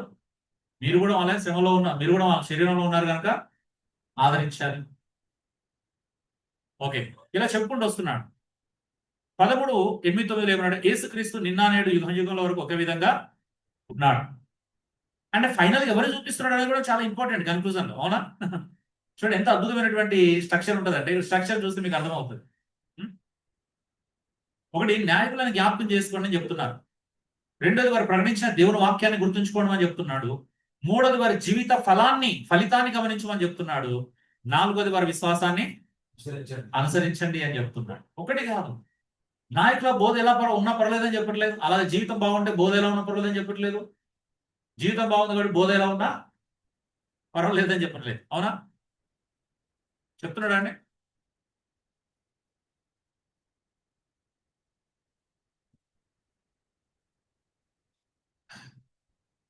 సో ఎంత స్పష్టంగా చూడండి, లేఖనం ద్వారానే మనం ఒక 4 విషయాలు, ఆ ఒక్క వచనంలోనే 4 విషయాలు దాగి ఉన్నాయి. అవి తప్పించి ఇంకేం చెప్పిన అర్థం ఉంటుందా మనకి? వారి బోధన అనుసరించండి, వారి ప్రవర్తన ఫలాన్ని అనుసరించండి, వారి విశ్వాసాన్ని అనుసరించండి, వాళ్ళని జ్ఞాపకం చేసుకోవాలి. చూడండి ఎంత క్లియర్గా చూద్దాం. ఇప్పుడు 4 విషయాలు మనం చూస్తే, నాయకులను జ్ఞాపకం చేసుకోండి. ఏ విషయంలో జ్ఞాపకం చేసుకోవాలా? జ్ఞాపకం చేసుకోండి. ఏ విషయంలో జ్ఞాపకం చేసుకోవాలి? వారు ప్రకటించిన దేవుని వాక్యాన్ని గుర్తు చేసుకోవడం. 2, వారి జీవిత ఫలితాన్ని శ్రద్ధగా తలంచుకోవడం. 4వది, వారి విశ్వాసాన్ని అనుసరించడం. అంటే శ్రమలలో, కష్టాలలో, హింసలలో కూడా వారి విశ్వాసాన్ని ఎలా కాపాడుకున్నారు. ఎంత బాగా ఈరోజు మనం చిన్న చిన్న విషయాలకే విశ్వాసాలు బలహీనం అవుతున్నాం. కాపాడుకుంటున్నాం అండి.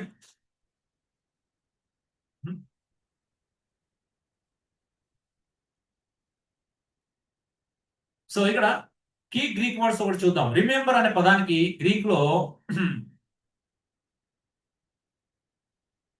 ఏముంది అని అంటే,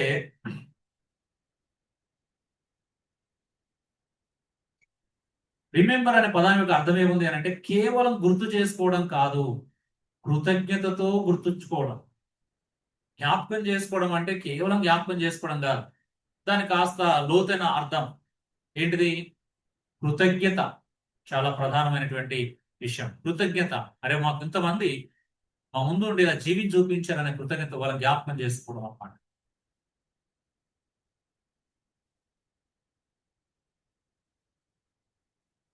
ఈవెన్ లీడర్స్ కు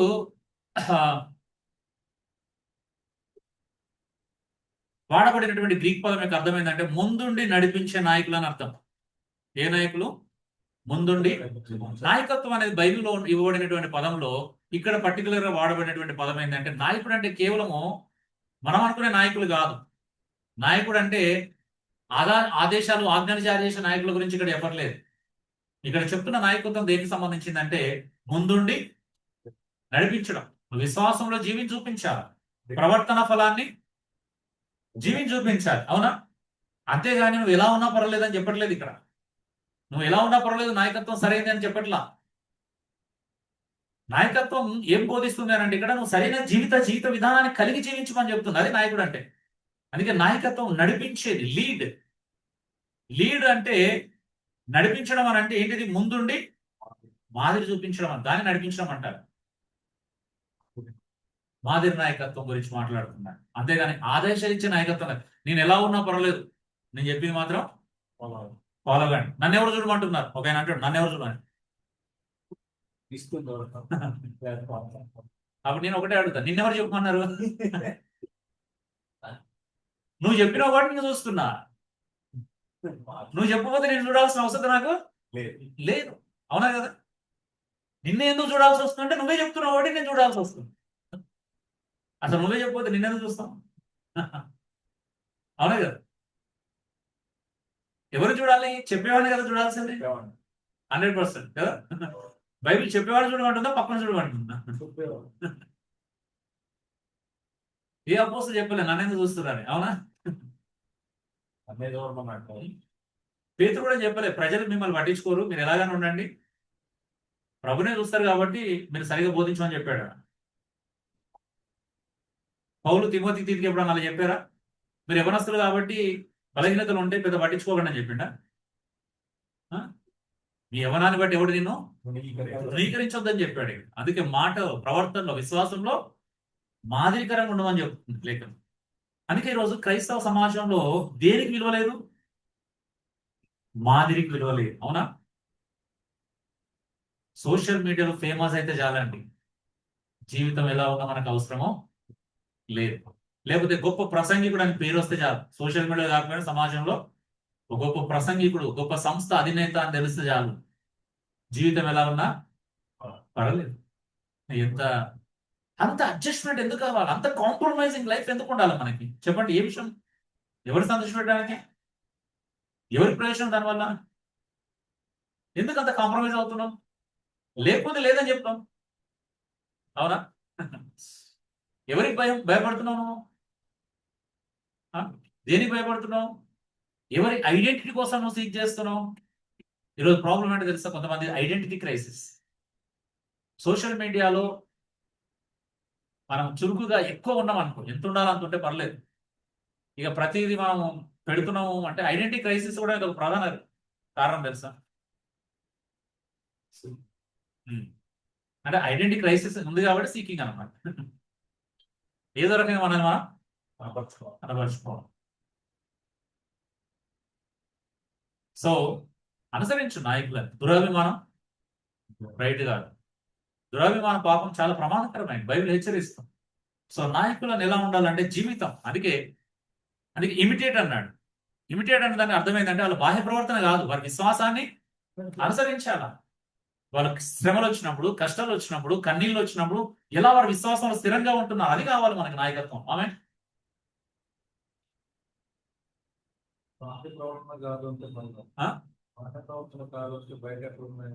కాదు కాదు, అలా కాదు.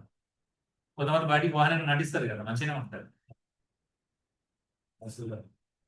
బాహ్య ప్రవర్తన కాదు అని అంటే ఇక్కడ క్యారెక్టర్ గురించి మాట్లాడట్లే మనం, ఎందుకంటే క్యారెక్టర్లో ఇది ఉంది క్లియర్ గా.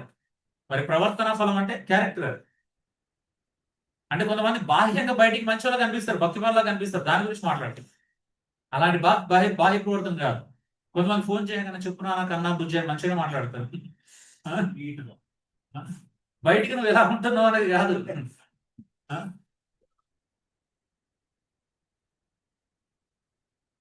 సో సో ఇంకా దాని మీనింగ్ ఏంటంటే ఇమిటేట్ అంటే దాని అర్థం ఏంటి తెలుసా? క్రైస్ట్ సెంటర్డ్ అనమాట దాని మీనింగ్. అంటే క్రీస్తు యొక్క కేంద్రీకృతమైన జీవితం గురించి మాట్లాడుతున్నాడు. నాయకునికి ఏ జీవితం ఉండాలా? క్రీస్తు కేంద్రీకృతమైన జీవితం ఉండాలా, క్రైస్ట్ సెంటర్డ్ మీనింగ్ అనమాట ఇది. ఇమిటేట్ అనేది మీరు ఎక్కడ చూసిన బైబిల్ అంతట్లో, పౌలు 2 Corinthians 11:1 క్రీస్తుని పోలి నడుచుకున్న ప్రకారం మీరు నన్ను పోలి నడుచుకోండి, ఇమిటేషన్, అవునా? ఫిలిప్పీ పత్రిక 3:16-17 కూడా కదా, నేను క్రీస్తుని పోలి నడుచుకున్న ప్రకారం నన్ను పోలి నడుచుకున్న నాయకులను మాదిరిగా పెట్టుకోండి, గురిపెట్టి చూడమంటున్నాడు. కానీ మనకు అర్థమైతే లేదు ఫిలిప్పీ. మన నాయకులు ఎలా ఉన్నా పర్లేదు అనుకుంటున్నాం.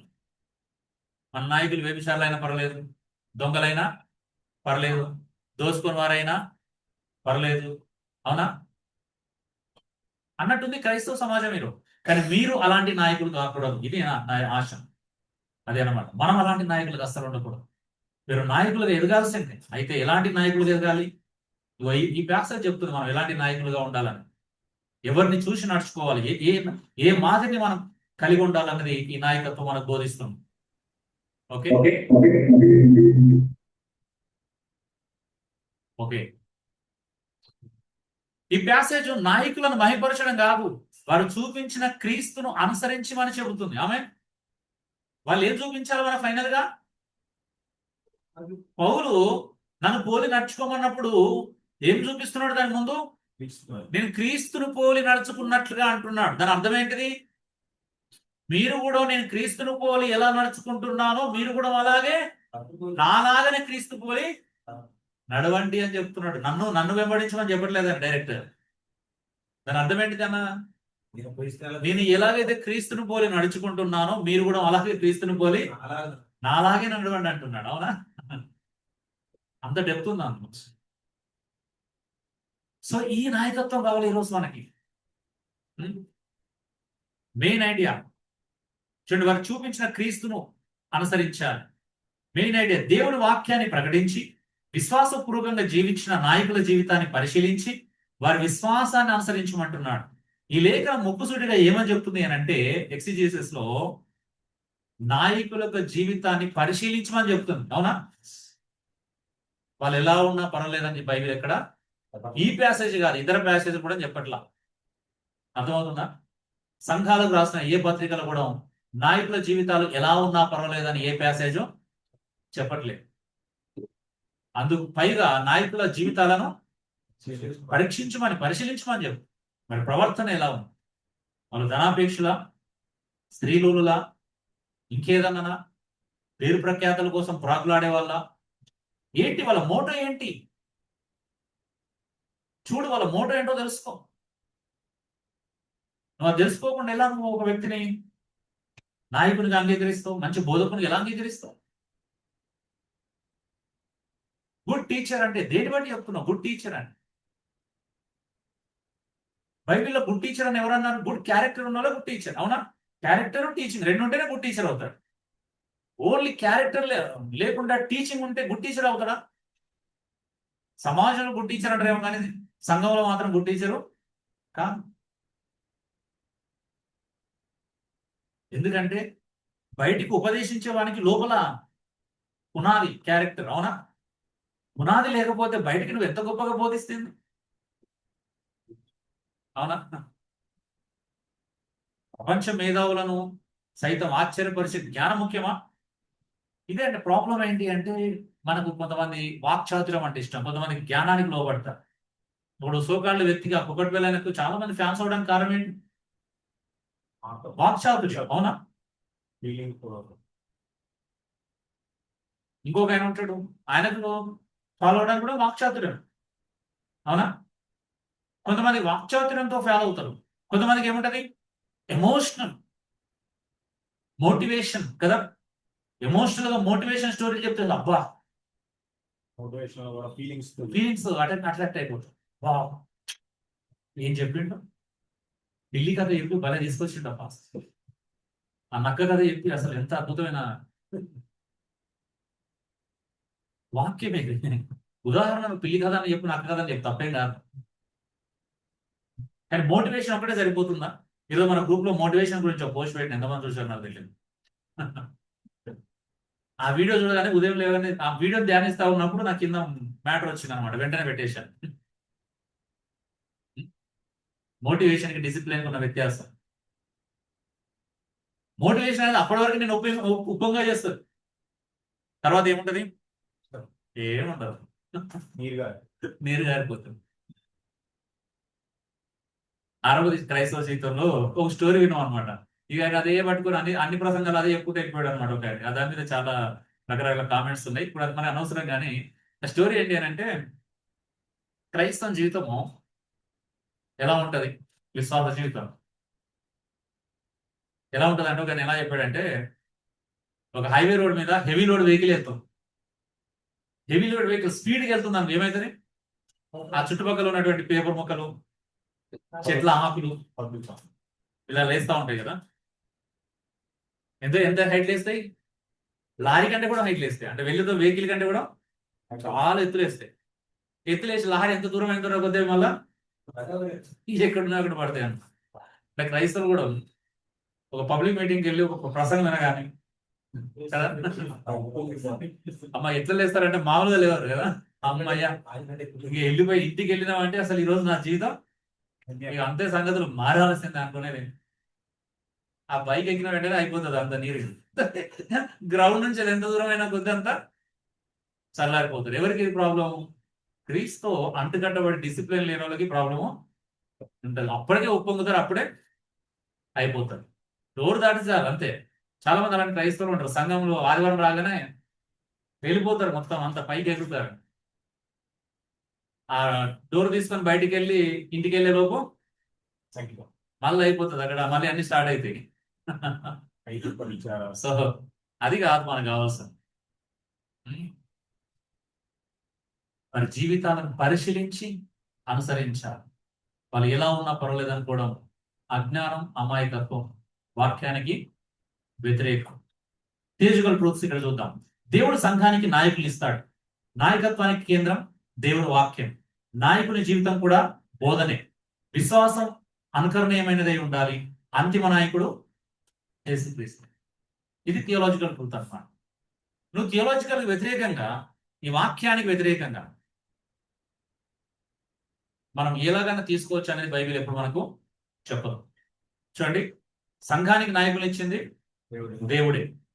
నాయకులు, నాయకత్వానికి కేంద్రం ఏమై ఉండాలా? దేవుని వాక్యమై ఉండాలి. అవునా? వాక్యానుసారమైన నాయకత్వం, బిబ్లికల్ ఎల్డర్షిప్ అని ఉండాలా. నాయకుల జీవితం కూడా ఏమై ఉండాలా? బోధ అయి ఉండాలా. ఈవెన్ జీవితం ద్వారా కూడా ఏం నేర్చుకోవాలి? బోధనే నేర్చుకోవాలి. నాయకుని బోధ జీవితం కాలేదనుకో, నాయకుని జీవితం బోధ లేదనుకో, ప్రయోజనము లేదు. ఓకే, ఇంకా నాయకుని విశ్వాసం ఎలా ఉండాలా?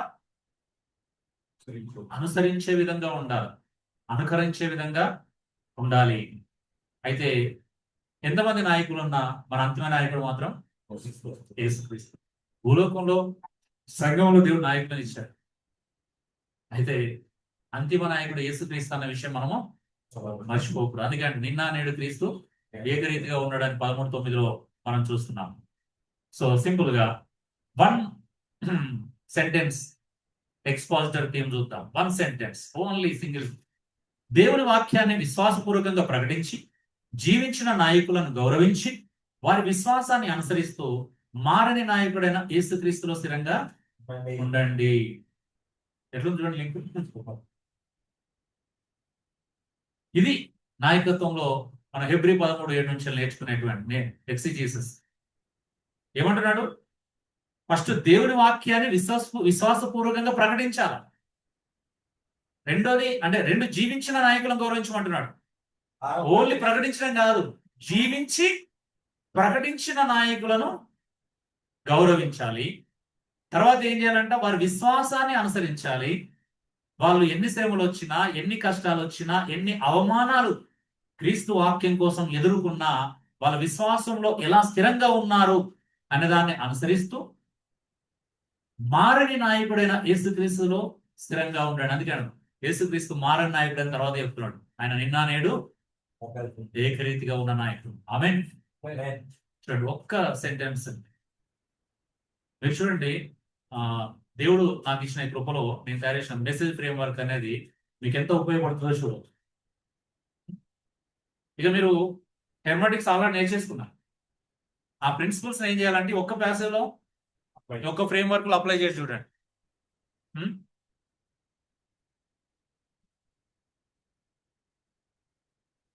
ఇప్పుడు మనం చెప్పిన ఇందులో ఉన్న ప్రతి మాట ఆ లేఖనాల యొక్క సారాంశమైనా బయటికి వెళ్తున్నాం మనం. ఏమన్నా వచ్చినాయి బయట విషయాలు అంటే ఉదాహరణలు తప్పించి.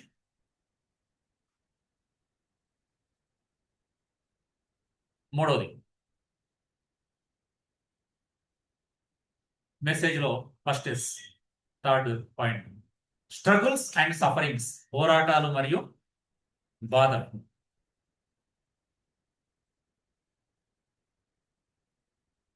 సో ఇది పోయిందా మనది? అర్థం కాదు.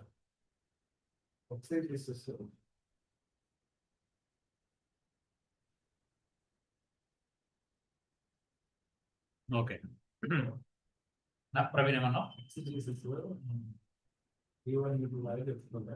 చెప్పుకోలేదు. సో కానీ అవన్నీ కవర్ అయ్యాయి. ఓకే, మనం ఎగ్జాక్ట్ గా పాయింట్ పెట్టి చెప్పుకోలే కానీ రూల్స్ అవన్నీ మనం అందులో తీసుకొచ్చాం అన్నమాట. అందుకే నేను ఆ పాయింట్ అని చూద్దాం. అంటే యాజ్ ఇట్ ఈస్ గా ఉన్నట్టుగా మనం ప్రతి వచనంలో సింగిల్ లెటర్ కాబట్టి వచనం కాబట్టి మనం అంత పర్టికులర్ గా చూపించలేదండి.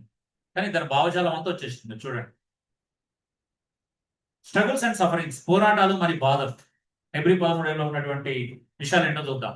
ఈ వచనంలో రచయిత కేవలం నాయకులను గౌరవించమని చెప్పడం లేదు, విశ్వాసులు ఎదుర్కొనే ఆత్మీయ పోరాటాలను కూడా సూచిస్తున్నాడు. అవునా?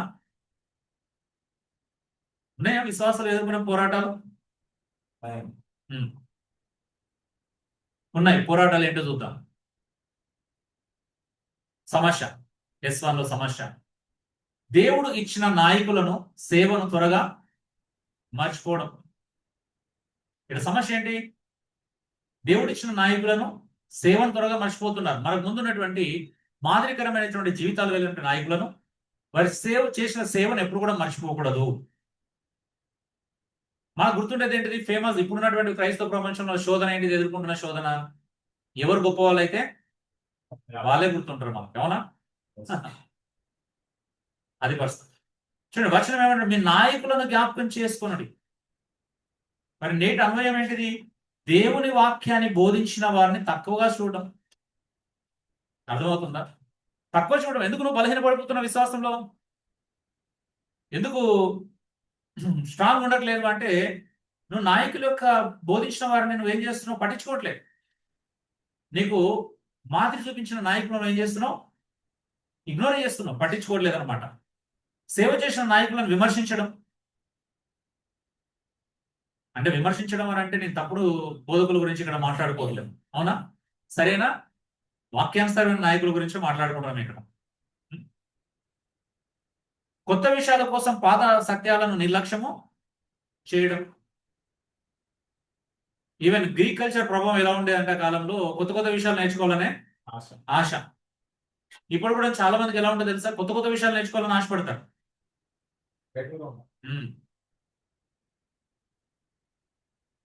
సో ఎక్స్పోజిటర్ ఇన్సైట్ ఏంటి? కృతజ్ఞత లేని హృదయం త్వరగా తప్పుడు బోధలకి లోనవుతుంది.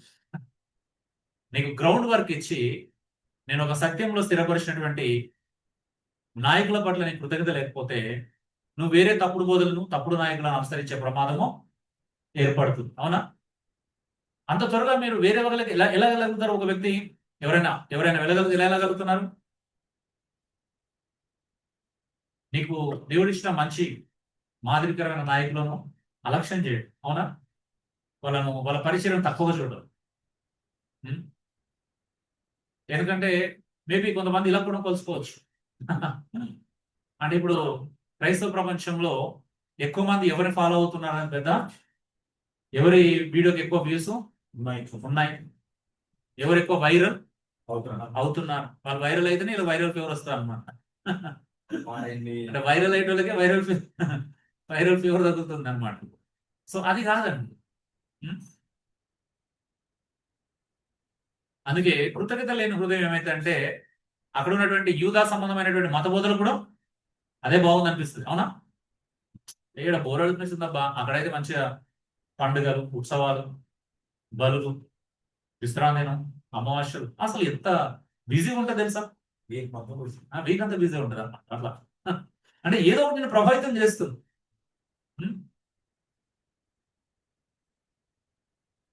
సో S2 రెండో సమస్య ఏంటిది?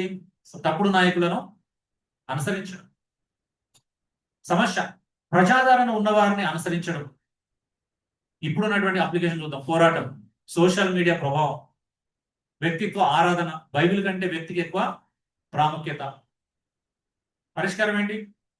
నాయకుని మాటల కంటే అతని జీవితం, విశ్వాసం, ఫలితాన్ని చూడకపోవడం. అవునా? అసలు ఈ సమస్య ఇదైనప్పుడు ఇదే కదా మనం పరిష్కారంలో చూడాల్సింది. మనం ఏం చూస్తున్నాం? ఈ వ్యక్తికి ఎంత ప్రజాదరణ కలిగి ఉన్నాడు, ఈ వ్యక్తికి ఎంతమంది ఫాలోవర్స్ ఉన్నారు, యూట్యూబ్లో ఎంతమంది ఉన్నారు, ఫేస్బుక్లో ఎంతమంది ఉన్నారు, ఇన్స్టాలో ఎంతమంది ఉన్నారు. అంతే కదా? పోరాటం ఏంటిది? ఈరోజు మన పోరాటం ఏంటి? సోషల్ మీడియా ప్రభావం. అవునా? మనం ఆ వ్యక్తులను కలిసింది ఉండదు, ఒకసారి మాట్లాడింది ఉండదు. అవునా? అసలు మనం వెళ్తే ఇంటికి రాణిస్తారో అనేది కూడా తెలియదు. నిజమే కదా?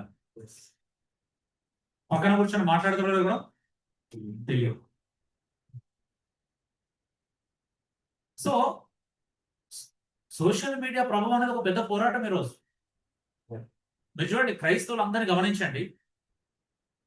ఇప్పుడు మన లాంటి సంఘాలకు వచ్చి కూడా రిఫార్మ్డ్ థియోలోజియన్స్ అని చెప్పుకునేటువంటి సంఘాలు కూడా వచ్చి ఏం చేస్తారు అని అంటే, అప్పుడు నేనే ఆశ్చర్యపోతా ఉంటాను సోషల్ మీడియాలో చూడగానే. నేను వాట్సాప్ స్టేటస్ వేరే అనమాట, 3 నెలలకు 6 నెలలకు ఎప్పుడన్నా చూడాలనిపిస్తే ఒకసారి చూస్తా. ఆ చూస్తే ఒకరి ఉంటాయి అనమాట స్టేటస్. కొంత స్టేటస్లలో ఆ చిలకలు రానిపేట కనిపిస్తా ఉంటాయి, కొంతమంది స్టేటస్లో ఇంకొక ఆయన కనిపిస్తా ఉంటాయి. అరే వీళ్ళు ఏం చేస్తున్నారు అని అర్థం కాదు. అప్పుడు ఆ రీల్స్ ఉంటాయి కదా, చిన్న చిన్నవి బిట్లు, షార్ట్ రీల్స్, 2 minutes 3 minutes, అవి ఓపెన్ చేయగానే వాళ్ళు ఏం చెప్తున్నారో ఏదో మోటివేషన్ ఉంటుంది, ఏదో ఉంటుంది అక్కడ.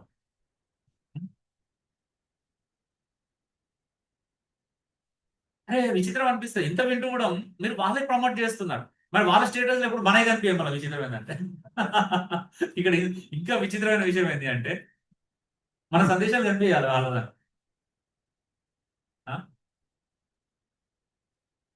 అంటే క్లారిటీ, సోషల్ మీడియా ప్రభావంకి అందరూ అడిక్ట్ అయిపోయారు, లోన్ అయిపోయారు, బానిసలు అయిపోతున్నారు కొంతమంది అయితే. అది రైటా రాంగ్ అని కూడా కొంతమంది చూడరు. సరే, దేవుని ఎరుగని ప్రజలు అలా ఉన్నారంటే ఓకే, దేవుని ఎరుగుతున్న వాళ్ళు అలా ఉన్నారు అంటే సత్యం తెలియదు అనుకోవచ్చు. మనలాంటి సత్యం తెలిసిన వాళ్ళు కూడా అలాగే ఉంటున్నారు కొంతమంది. అది ఇంకా బాధ కలిగించే విషయం. అవునా? తెలియనోడు వెళ్తున్నాడు అంటే మనం నవ్వుకుంటాం, తెలియదు అనుకుంటాం, అమాయకులు అనుకుంటాం. ఇక్కడ అమాయకులు అనుకునే వాళ్ళు లేరు మన దగ్గర. అన్ని తెలుసుకొని అనుసరిస్తున్న వాళ్ళు కూడా ఉంటారన్నమాట. వాళ్ళ జీవితం ఎలా ఉంది, అలా ఏం చూడాలండి? వ్యక్తిత్వ ఆరాధన తప్పని చెప్తున్నాం. బైబిల్ కంటే ఒక వ్యక్తికి ప్రాధాన్యత ఇవ్వకూడదు. వాక్యానికంటే వ్యక్తి ఎలా ప్రాముఖ్యత వహిస్తాడు నీకు? మళ్ళీ విచిత్రం ఏంటో తెలుసా, మనం సోలా స్క్రిప్చర్ అనుకుంటేనే అవునా, ఇప్పుడు ఇటు సోలా స్క్రిప్చర్ కు మనం లైకులు షేర్ కొట్టేసి మళ్ళీ ఇటు వాక్యం కంటే ఒక వ్యక్తికి ఆరాధన చేస్తా ఉన్నాం అనుకో, రైటేనా? అంటే రెండింటి కాంట్రడిక్షన్ అవుతుంది. ఇది రైట్ చెప్తున్నావు, నువ్వు అది ఫాలో అవుతున్నావు. ఇప్పుడు నీ వ్యక్తిత్వాన్ని నేను ఎలా అంచనా వేసుకోవాలి? నీ గురించి నేనేమనుకోవాలి?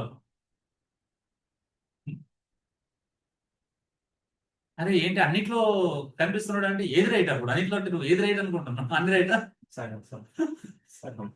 కేర్ బ్రదర్స్ అండ్ సిస్టర్స్, ఇది కేర్ఫుల్ గా ఉండండి. బ్రతిమలు ఆడుకుంటున్నా ప్రేమతో. ఒకవేళ మన వాళ్ళు అలా ఉండకూడదు. మీరు ఇప్పుడు నేర్చుకొని అలాంటి వాళ్ళ పరిస్థితులను అధిగమించడానికి ఇతరులను ప్రోత్సహించండి దయచేసి. సో పరిష్కారం ఏంటి? నాయకుని మాటల కంటే ఏది ఇంపార్టెంట్?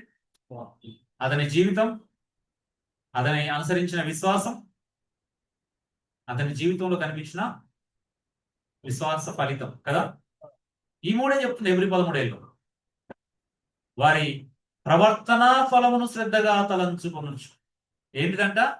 ప్రవర్తన ఫలం.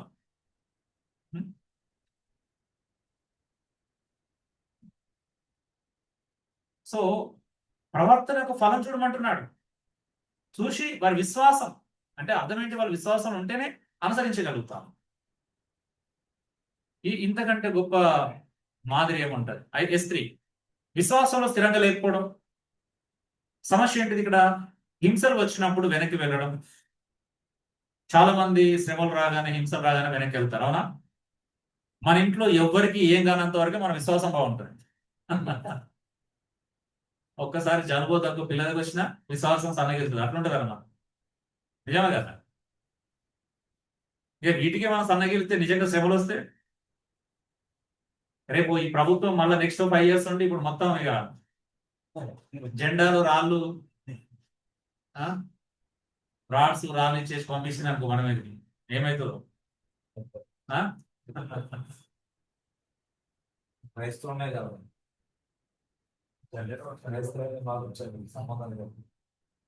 ఇప్పుడు కొన్ని పదాలు మ్యాండేటరీ చేస్తున్నారు. క్రైస్తవులు ఎలాగ ప్రైజ్ ది లార్డ్ అని చెప్పుకుంటున్నారు, వందనాలు అని చెప్పుకుంటున్నారు. వాళ్ళు జై శ్రీరామ్ అని వందనాలు చెప్పుకోవాలని పెడుతున్నారు. స్కూళ్ళల్లో, కాలేజీలలో కూడా అన్ని ప్రాంతాలలో ఇంప్లిమెంట్ చేయాలని వస్తున్నారు. అప్పుడు ఎలా ఉంటుంది మన పరిస్థితి? ఇప్పుడు రేషన్ కార్డు దగ్గర పోయి కూడా అది అంటేనే ఇస్తామని ఎలా ఉంటుంది? ఆవిడ వెళ్ళిపోతాం అందరం. అవునా? విశ్వాసం ఏంటో తెలిపోతుంది. ఇంట్లో పెళ్లి జరిగితేనే తెలుసుకోవాలి. సో సో సమస్య అన్వయం ఏమైతుంది? కష్టకాలంలో ఏం తగ్గుతుంది? ప్రార్థన తగ్గుతుంది కదా. కష్టకాలంలో ప్రార్థన తగ్గుతుంది. ఇంకేం తగ్గుతుంది? సహవాసం కూడా తగ్గుతుంది. అవునా? కష్టం వచ్చినప్పుడు సహవాసం ప్రార్థన ఎక్కువ అవసరం. మనకు విచిత్రమైన విషయం ఏంటంటే సహవాసం ప్రార్థనని కష్టం వచ్చిందని అవాయిడ్ చేస్తున్నాం మనం. ఎంత విచిత్రమైన కదా. ఏమంటారు, కంప్లీట్ రివర్సల్ గా చూస్తా ఉన్నాం. నాకు కష్టం వస్తే ప్రార్థన చేసుకుంటాం. ప్రార్థన చేసుకోగానే దేవుడు ఏం చేస్తారు తెలుసా? ఆ వారం ఎవ్వరు రాకపోయినా ఆ రోజు ఎవరో ఒకరు విజిటింగ్ వస్తారు. అది కదా. అవునా కదా. అలా రాగానే ఏమైపోతాం? సహోదరులను చూసిన సంతోషం, ఆనందం, కష్టాలన్నీ మర్చిపోతాం. కాన్సన్ట్రేషన్ అంతా ఎక్కడికి వెళ్తుంది? వాళ్ళకి ఆతిథ్యం వాళ్ళతో మంచిగా మాట్లాడడం దగ్గరికి వెళ్ళిపోతుంది. అరే ఏం మిస్ అవుతున్నావు కూడా చాలా మందికి ఇప్పుడు తెలియట్లా. ఏం మిస్ అవుతున్నావో చాలా మందికి తెలియడం లేదా.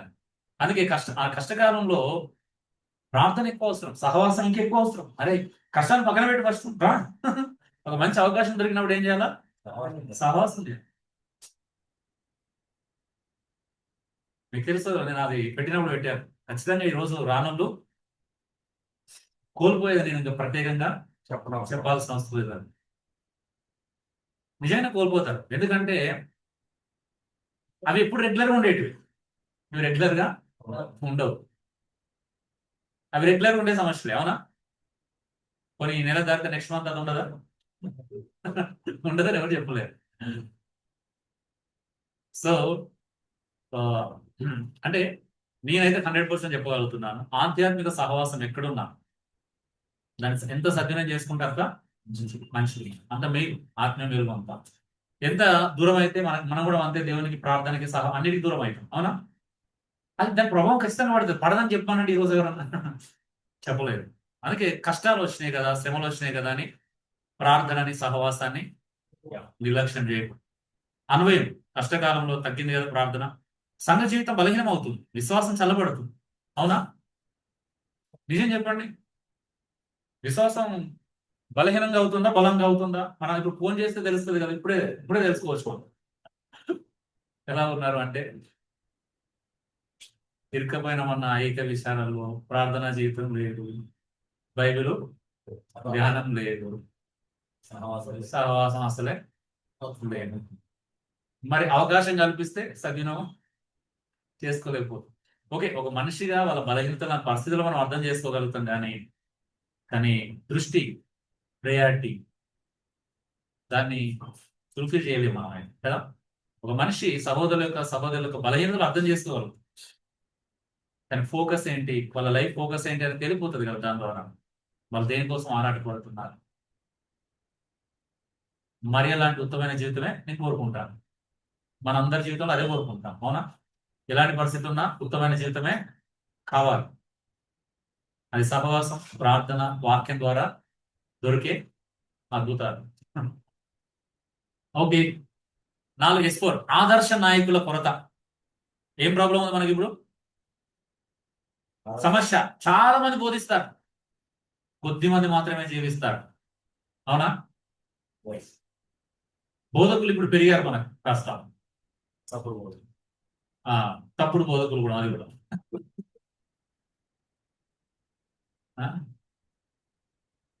బోధించే వాళ్ళు అనేకులు, ప్రసంగించే వాళ్ళు అనేకులు, జీవించే వాళ్ళు ఎంతమంది అండి?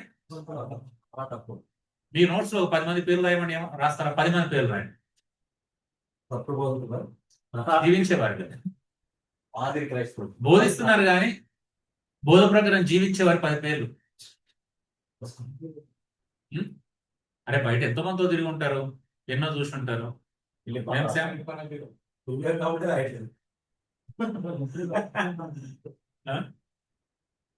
ఆలోచించి చూడండి ఒకసారి, ఏమైపోతుంది క్రైస్తవ సమాజం మీద, ఎంత చెడు ప్రభావం పడుతుంది. అన్వయం సంఘానికి బోధకులు మాత్రమే కాదు, ఎవరు అవసరం? ఆదర్శ జీవితాలు అవసరం, క్రీస్తును పోలి నడుచుకునేవారు అవసరం. అసలు శిష్యత్వం యొక్క పునాది అదే దెబ్బతిన్నది ఇక్కడ. అవునా? మత్తయి సువార్త 28:18-19 శిష్యత్వం యొక్క పునాది ఏంటి? నేను మీకు ఏ సంగతులను ఆజ్ఞాపించి తినో వాటిని గైకొనవలనని వారికి బోధించాలి. పాటించే విధంగా బోధించమన్నాడా, బోధించి వదిలేయమన్నాడా? పాటించడం ఉంది అక్కడ శిష్యత్వంలో. శిష్యత్వంలో కేవలం బోధించడమే ఉందండి, పాటించడం ఉందా? విచిత్రం కదా ఈరోజు. బోధించే వాళ్ళు అనేకులు, పాటించే వాళ్ళు చాలా తక్కువ ఉంది. ఇంకా దారుణమైన విషయం ఏంటంటే ఈ సోషల్ మీడియా ప్రభావం వలన బోధించే వాళ్ళు ఫేమస్ అవుతున్నారు, అవునా? జీవించే వాళ్ళు ఎవరు ఫేమస్ కారడా? కనబడదు కదా.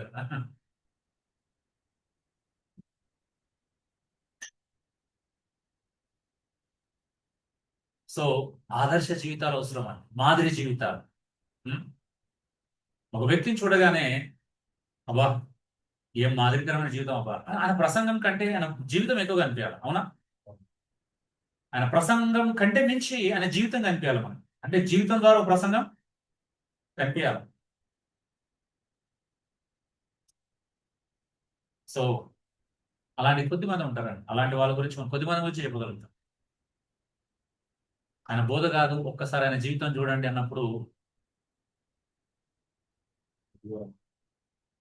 ఆదర్శ జీవితాలు చాలా అవసరం. ఎస్ఐ అనుకరణలో గందరగోళం, సమస్య వచ్చింది. ఏంటిది? ఎవరు అనుసరించాలి ఇంతకీ? పరిష్కారం క్రీస్తును అనుసరిస్తున్నా నాయకుడిని అనుసరించాలి. ఏ నాయకుని అనుసరించాలి? బైబిల్లో చాలా సింపుల్ పరిష్కారం ఉంది, అవునా? ఏ నాయకుని అనుసరించమంటుంది బైబిల్? క్రీస్తును అనుకరించిన నాయకుని అనుసరించు. ఇదనం పట్ల, డబ్బు పట్ల, దేని పట్ల వ్యామోహం లేకుండా పరలోకంలో పైనున్న వాడిని వెతుకుతూ ఈ లోకంలో యాత్రికులుగా, పరదేశులుగా జీవించడానికి ఇష్టపడుతూ ఎవరైతే పరిగెడుతున్నారో ఆలోచన వాళ్ళని అనుసరించు. ఎంత బాగుంది కదా! ఇది నాయకత్వం అండి. ఇది మీకు ఛాలెంజ్. ఈ రోజు నుంచి మీరు దీంట్లో రావాలి. మనమందరం దీంట్లో ఉండాలి. బయటకు పోతే నేను ఎలాగున్నా పర్వాలేదు అనుకోకూడదు. ఏం ప్రభాకర్, బయటకు పోతే నా ఇష్టం, ఆటో నాది, స్టీరింగ్ నాది, నేను ఎట్లా తిప్పుతాను? అవసరం అంటే పక్కన భయపడిస్తాను, వాడు భయపడి పక్కకు తప్పుకోవాలి. అవసరం అంటే నాలుగు తిట్లు తిట్టుకుని నాకు వినపడదు, నేను ఎట్లా పోతాను? అలా ఉండాలమ్మా. ఏమంటారు? ర్యాష్ గా, హార్ష్ గా హైవేల మీద నడిపినట్టు నడిపోతుంది పబ్లిక్ ప్లేస్ లో.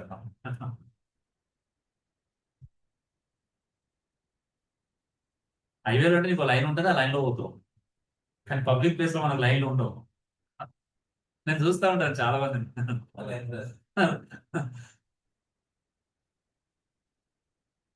ఎందుకంటే నేను డ్రైవింగ్ చేస్తున్నాం, నాకు ఎక్కువ అడ్వాన్షియల్ ఇవే. ఆ సందర్భంలో సడన్గా పెడతాడు, మరి ఎట్లా వస్తాడో తెలియదు. మరి ఇటు లెఫ్ట్ సైడ్ నుంచి వెహికల్ వస్తుందా రాదా పట్టించుకోరు ఇల్లు. ఆ చిన్న గల్లు ఉంటుంది, అందుకని వెహికల్ వస్తుంది ఎక్స్పెక్ట్ చేయం. ఆ దగ్గరికి వచ్చే వారికి కూడా ఆ స్ట్రీట్ లెఫ్ట్ సైడ్ దగ్గరికి చూసే వారికి కూడా కనిపించదు అది. కానీ సరే ముందు పెడతాడు. మా పోనీ వాళ్ళు మెల్లగా రారు, మెల్లగా వస్తే వాళ్ళు స్పీడ్ గానే వస్తాయి, చాలా స్పీడ్ వచ్చి పెట్టేస్తారు. అలా ఉంటాయి అన్నమాట. క్రైస్తవులు మాత్రం అలా చేయకూడదు. సరే బయట వాడు చేస్తున్నాడు అంటే అది. సో అప్పుడప్పుడు ఏమైనా మోటార్ ఫీల్డ్ గా, రఫ్ ఫీల్డ్, హార్ష్ ఫీల్డ్ అనుకొని సంప్రదించుకోవాలని పరిస్థితి ఎదురవుతుంది. ఏ ఫీల్డ్ అయినా కూడా క్రైస్తవుడు క్రైస్తవుడే. ఆమె ఒప్పుకుంటా నేను, డ్రైవింగ్ ఫీల్డ్, మోటార్ ఫీల్డ్ కొంచెం రఫ్ గా, హార్ష్ ఉంటుందని తెలుసు. బట్ క్రైస్తవుడు అలా ఉండడానికి లేదు.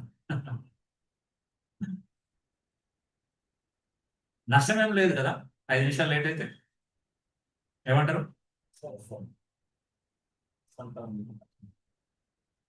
So struggle summary third point లో, పోరాటం, పరిష్కారం, నాయకులను మర్చిపోవడం.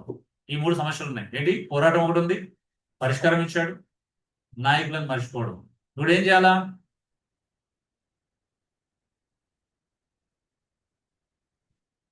నాయకులను జ్ఞాపకం చేసుకోవాలి.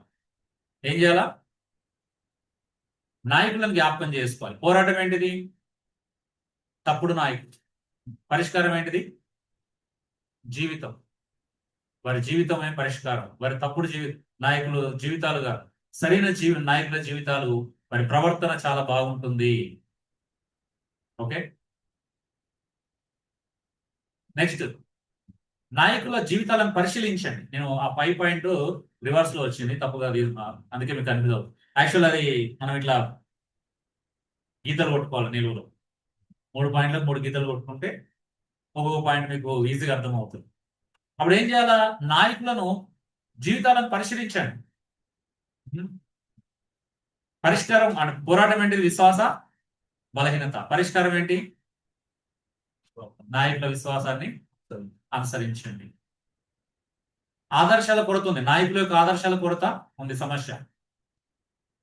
పరిష్కారం ఏంటి? క్రీస్తు కేంద్ర నాయకత్వం. అవునా? సో పోరాటం ఏంటిది? గందరగోళం.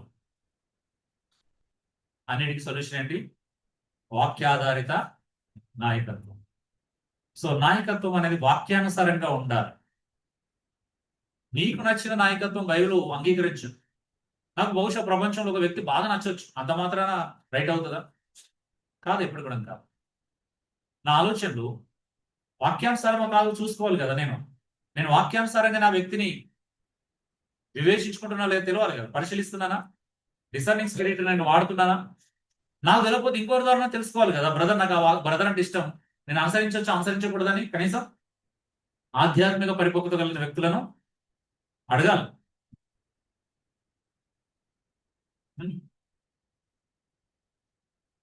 సో మెసేజ్ లో 4th letter, second is support and strength. So దేవుని ఆదరణ మరి బలం ఏంటిది? దేవుని ఆదరణ బలం, దేవుడు నాయకులను ఇస్తాడు. దేవుడు సంఘాన్ని నాయకులు లేకుండా విడిచిపెట్టలేదు. అవునా? దేవుడు వాక్యాన్ని బోధించే నాయకులను మనకి ఇచ్చాడు. మనకు మార్గనిర్దేశకత్వం చేయడానికి, మనల్ని వాక్యానుసారంగా నడిపించడానికి, వాక్యం వైపు మరలు కొలపడానికి దేవుడే మనకు నాయకులను ఇచ్చాడు కదా. ఎఫెసీ 4:11-13లో క్రీస్తు మనకు ఒక నాయకులను వరాలుగా ఇచ్చాడు. సో నాయకత్వం ఇచ్చిందే దేవుడు. ఇంతకంటే ఆదరణ ఏం కావాలా? బలం. ఇది నాయకులు ఉండడం బలమే, బలహీనత కాదు. అవునా? నాయకులు మన బలమే. ఎప్పటికప్పుడు నాయకులు ఎప్పుడు బలహీనత కాదండి. ఎప్పుడు బలహీనత అవుతాయంటే దురాభిమాన పాపంలో పడితే బలహీనత. అవునా? నాకు ఇష్టమైన నాయకులు ఉన్నారు, కానీ నాకు బలహీనత కాదు. వాళ్ళు నాకు బలం, దేవుడి ఇష్ట బలంగానే భావిస్తాను. అంత మాత్రాన వాళ్ళను దురభిమాన పాపంలో పడిపోయి పిచ్చిగా అభిమానించే స్వభావము ఎంత మాత్రం లేదు. ఒక్కసారన్నా వాళ్ళ గురించి మాట్లాడకపోయినా, వాళ్ళని కలవకపోయినా ఏదో అయిపోతున్న ఫీలింగ్ లేదు. 6 నెలలకు ఒకసారి కలిసినా అదే అనుభూతి, అదే గౌరవం, అదే ఆప్యాయతలు ఉంటాయి మనం. సో అంతవరకే. ప్రభువును స్తుతిస్తాం అలాంటి వాళ్ళు జ్ఞాపకం వచ్చినప్పుడు. ప్రభా, ఇప్పటికి ఇలాంటి దురవస్థలు కూడా సంఘంలో మంచి నాయకులని నువ్వు కలిగి ఉన్నందుకు నిజంగా స్తోత్రం ప్రభా. వాళ్ళు గుర్తొచ్చినప్పుడు, వాళ్ళ పరిచర్య గుర్తొచ్చినప్పుడు, వాళ్ళ నాయకత్వ విధానం గుర్తొచ్చినప్పుడు, వాళ్ళు స్థాపించిన సంఘాలు గుర్తొచ్చినప్పుడు, సంఘ విధానాలు గుర్తొచ్చినప్పుడు ప్రభుకు స్తోత్రం చెల్లిస్తాం. ఎందుకంటే నిజంగా అది గొప్ప విషయంగా అనిపిస్తుంది. S2 దేవుని వాక్యం స్థిరమైన ఆధారం. అంటే దేవుడిచ్చిన బలంలో ఆధారంలో ఏంటిదంటే, వాళ్ళు ఎంత మంచి నాయకులైనా అది వారి గొప్పతనం కాదు, అది వారి ప్రతిభ కాదు, వారు ప్రకటించిన దేవుని వాక్యం యొక్క గొప్పతనమే. ఆమెన్. ఈ బోధ మీ మీద ఎందుకు ప్రభావితం చూపించిందండి? నా వల్ల. వాక్యానికి ఉన్న గొప్పతనం అది. అవునా? మా వల్ల కాదు, అది వాక్యానికి ఉన్న బలం. అది ఈరోజు మనకు దాదాపు 400 మంది వాక్యం పెట్టున్నారు ప్రతి వారం. సో వాళ్ళు ఉత్సాహపరచబడుతున్నారు. దేన్ని బట్టి? వాక్యం యొక్క శక్తి. అది సత్యవాక్యంకున్న శక్తి. అది నాకు ఆశ్చర్యం అనిపించింది. ఒక్కొక్కరు మాట్లాడుతున్నారు క్వశ్చన్స్ ఆన్సర్ సెషన్లో, సార్ నాకు అసలు ఎంత ప్రోత్సాహకరం ఉందని తెలుసా, ఇంత సత్యం ఎక్కడ వినలేదు. దేని బట్టి చెప్తున్నారు? సత్యం. ఒక సిస్టర్ ఇక్కడ బేగంపేట ఉమెన్ ప్లేస్ ఎస్ఐ అనమాట. ఆమె పెట్టుంది, సార్ నేను ఇంకా స్టేషన్ లో ఉన్నాను, రాసుకోలేకపోతున్నాను, బాధ ఉంది. మధ్యాహ్నం చేయవచ్చు, వినొచ్చా లంచ్ బ్రేక్ లో అని అడుగుతున్నాను అన్నమాట. కానీ వాళ్ళకి ఏం ఆసక్తి ఉంది అసలు? ఆ? అరే వాళ్ళతో కంపేర్ చేసుకున్నప్పుడు మన పనులు మన ఉద్యోగాలు అసలు చిన్నవి.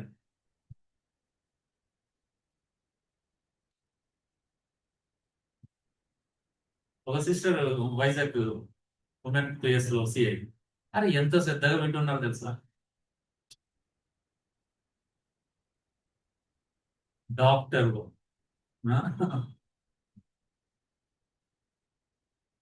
డిపార్ట్మెంట్ వాళ్ళు, వాళ్ళకున్న ఆసక్తి కన్నా ముందు చూసిన తర్వాత నేను అసలు వాళ్ళ జైనింగ్ చూడాలి టైం. టోగులాగా నీ క్లాస్ అన్నప్పుడు 2 గంటలు జైన్ అవుతే 5-10 మంది కనిపిస్తారండి. 5 నిమిషాలు నేను అడిగి చూసరికి 150-200 ఉంటున్నాం. అరే మనం అయితే ఎంత, మీకు తెలుసు మనం ఆన్లైన్ క్లాసెస్ నిర్వహించిన అందరికీ ఎంత బ్రతిమలాడుకోవాలి, ఎంత ప్రోత్సహించినా. అందుకే మోటివేషన్ వర్కౌట్ చాలా మంది మోటివేషన్ మీద డిపెండ్ అవుతారు, కానీ డిసిప్లిన్ మోటివేషన్ ఉపయోగపడదు వాస్తవం చెప్పాలి. అవునా? నువ్వు ఎన్నిసార్లు ఫోన్ చేయి, అలా మోటివేషన్ రాదు. నువ్వు కావాలి ట్రై చేయండి, మీరు కూడా ఇప్పుడు ఎన్నోసార్లు ట్రై చేసి ఉంటారు ఎంతమందికి. డిసిప్లిన్ వాళ్ళకి మోటివేషన్ చేసి చూడండి, రాదు. అవునా?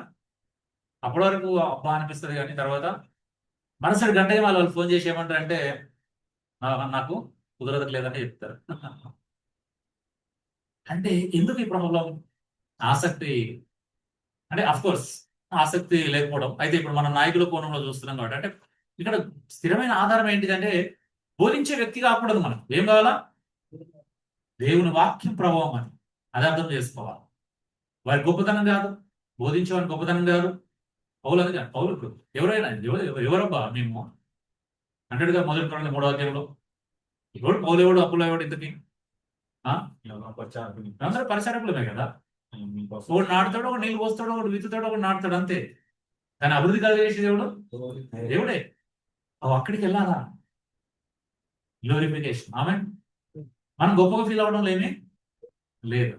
అందుకే నువ్వు నాయకులను గౌరవించడం లేదు, కానీ నాయకులను గొప్పగా ఇచ్చడం లేదు, కానీ ఆ నాయకుల ద్వారా పలికిన వాక్యం అది నేను ప్రభావితం చేస్తుంది. ఆమె అందుకు నాయకులను గౌరవించడం. కానీ గొప్పతనం ఎవరిది? వాక్యాన్ని. ఆమె ఇప్పుడు దేవుడు నాకు ఆ వాక్యం ఇవ్వకపోతే ఏం చేస్తాను చెప్పండి? ఎవరి జీవితాలన్నా మారుతాయా? నేను కాదు కదా మార్చేది, మనం కాదు కదా. దేవుని వాక్యమే మన దగ్గర లేకపోతే, ఆ సత్యమే లేకపోతే, లేఖనాలు లేకపోతే మన బలం ఉంటుందండి. ఏది ఎవరిది బలం? మనది కాదు, లేఖనాలు కదా. అయితే మనదేంటి? విశ్వాసపూర్వక జీవితాల ప్రోత్సాహం ఏముండాలా? వారి జీవిత ఫలితం ఇతరులకు ధైర్యాన్ని ఇస్తుంది. ఓ అలాగా మనం కూడా అలా జీవించవచ్చని ధైర్యం వస్తుంది. అవునా? ఒక నిలబడితే ఆ వ్యక్తిని బట్టి మనం కూడా నిలబడగలుగుతాం.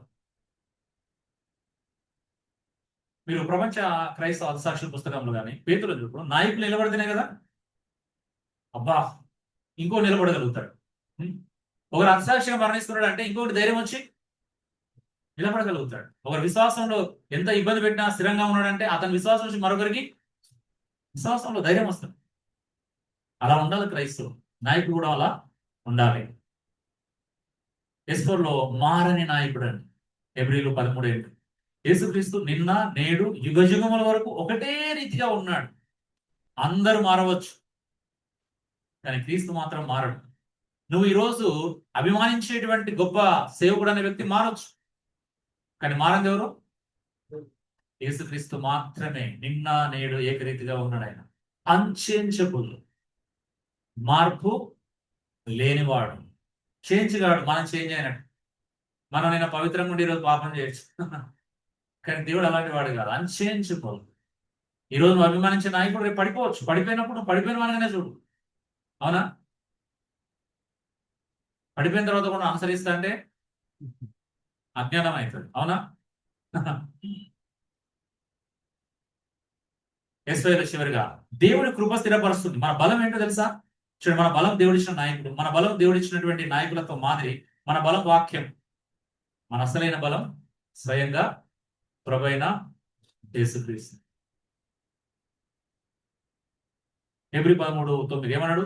దేవుడు కృప స్థిరపరుస్తుందంట. హృదయాన్ని స్థిరపరిచేది చట్టాలు కాదు, ఏంటిది? దేవుని వాక్యం. ఎంత బాగుందండి. చివరిగా ఆయన కృప ఎక్కడండి? దేవుని కృప. మనం స్థిరపరిచేది ఏంటిది? దేవుని కృప స్థిరపరుస్తుంది.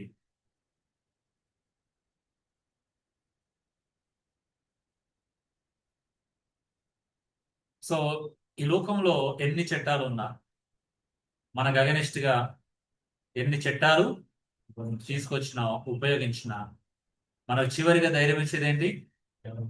దేవుని కృప మాత్రమే. మనం స్థిరపరిచేది ఏంటిది? దేవుని కృపనే. రోమన్ గవర్నమెంట్ ఎన్నో చట్టాలు చేసింది క్రైస్తవులకు అగెనిస్ట్, అవునా? అవును. నీరో చక్రవర్తి లాంటి క్రూరత్వం, ఎన్నో క్రూరత్వాలు చూశారు, అవునా? క్రైస్తవులని ఊచకోతలు కోశారు, హింసలకు గురి చేశారు. కానీ ఆ చట్టాలు ఏం చేయలేకపోయినాయి, అవునా?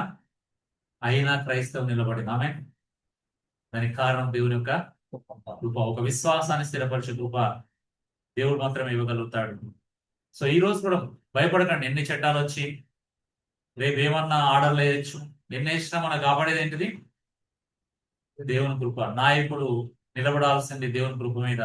నాయకుడు దేవుని కృప మీద నిలబడితే విశ్వాసులు కూడా అదే కృపను వెంబడిస్తారు. ఆమె అలా కూడా అర్థమవుతుంది. ఓకే, మా నాయకుడు నిలబడుతుంది దేవుని కృప మీద, మనకు కూడా కావాల్సింది ఏంటిది? దేవుని కృపే కావాలా. మనం స్థిరపరిచేది దేవుని యొక్క కృపనే. పౌలు చెప్పినట్టుగా ఇన్ని శ్రమలలో, ఇన్ని కష్టాలలో నా కృప చాలించాలి. ఆమె ఇది అర్థం కావట్లేదు క్రైస్తవులకు. ఇక్కడికి రావాలి నాయకుడు, కృప చాలు అనే దగ్గర రావాలా, అవునా? సమాజంలో ఎన్ని నియంత్రణతో దూరం ఉండని, ఎన్ని రకాల కష్టాలు ఉండని, ఎన్ని రకాల శ్రమలు ఉండని, ఎన్ని రకాల ఇరుకులు ఇబ్బందులు ఉండని, ఎన్ని రకాల చట్టాలు చేయని, ఫైనల్ గా ఆయన కృప మనల్ని స్థిరపరుస్తుంది. ఆమె సపోర్ట్ సమ్మర్ చివరిగా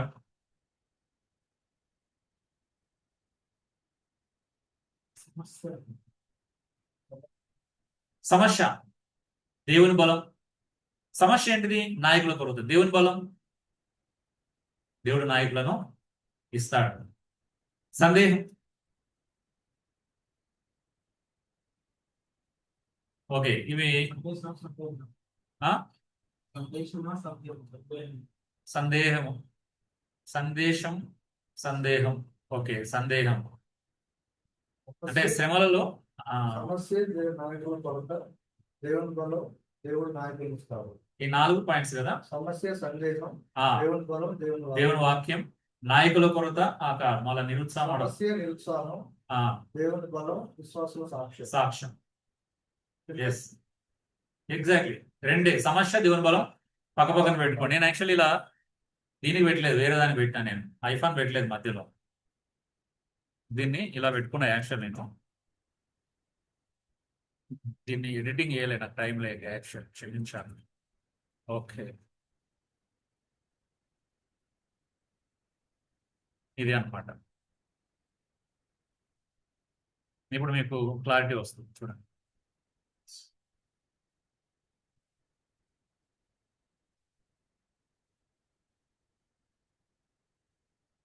సో ఇది, సో సమస్య ఏంటిది?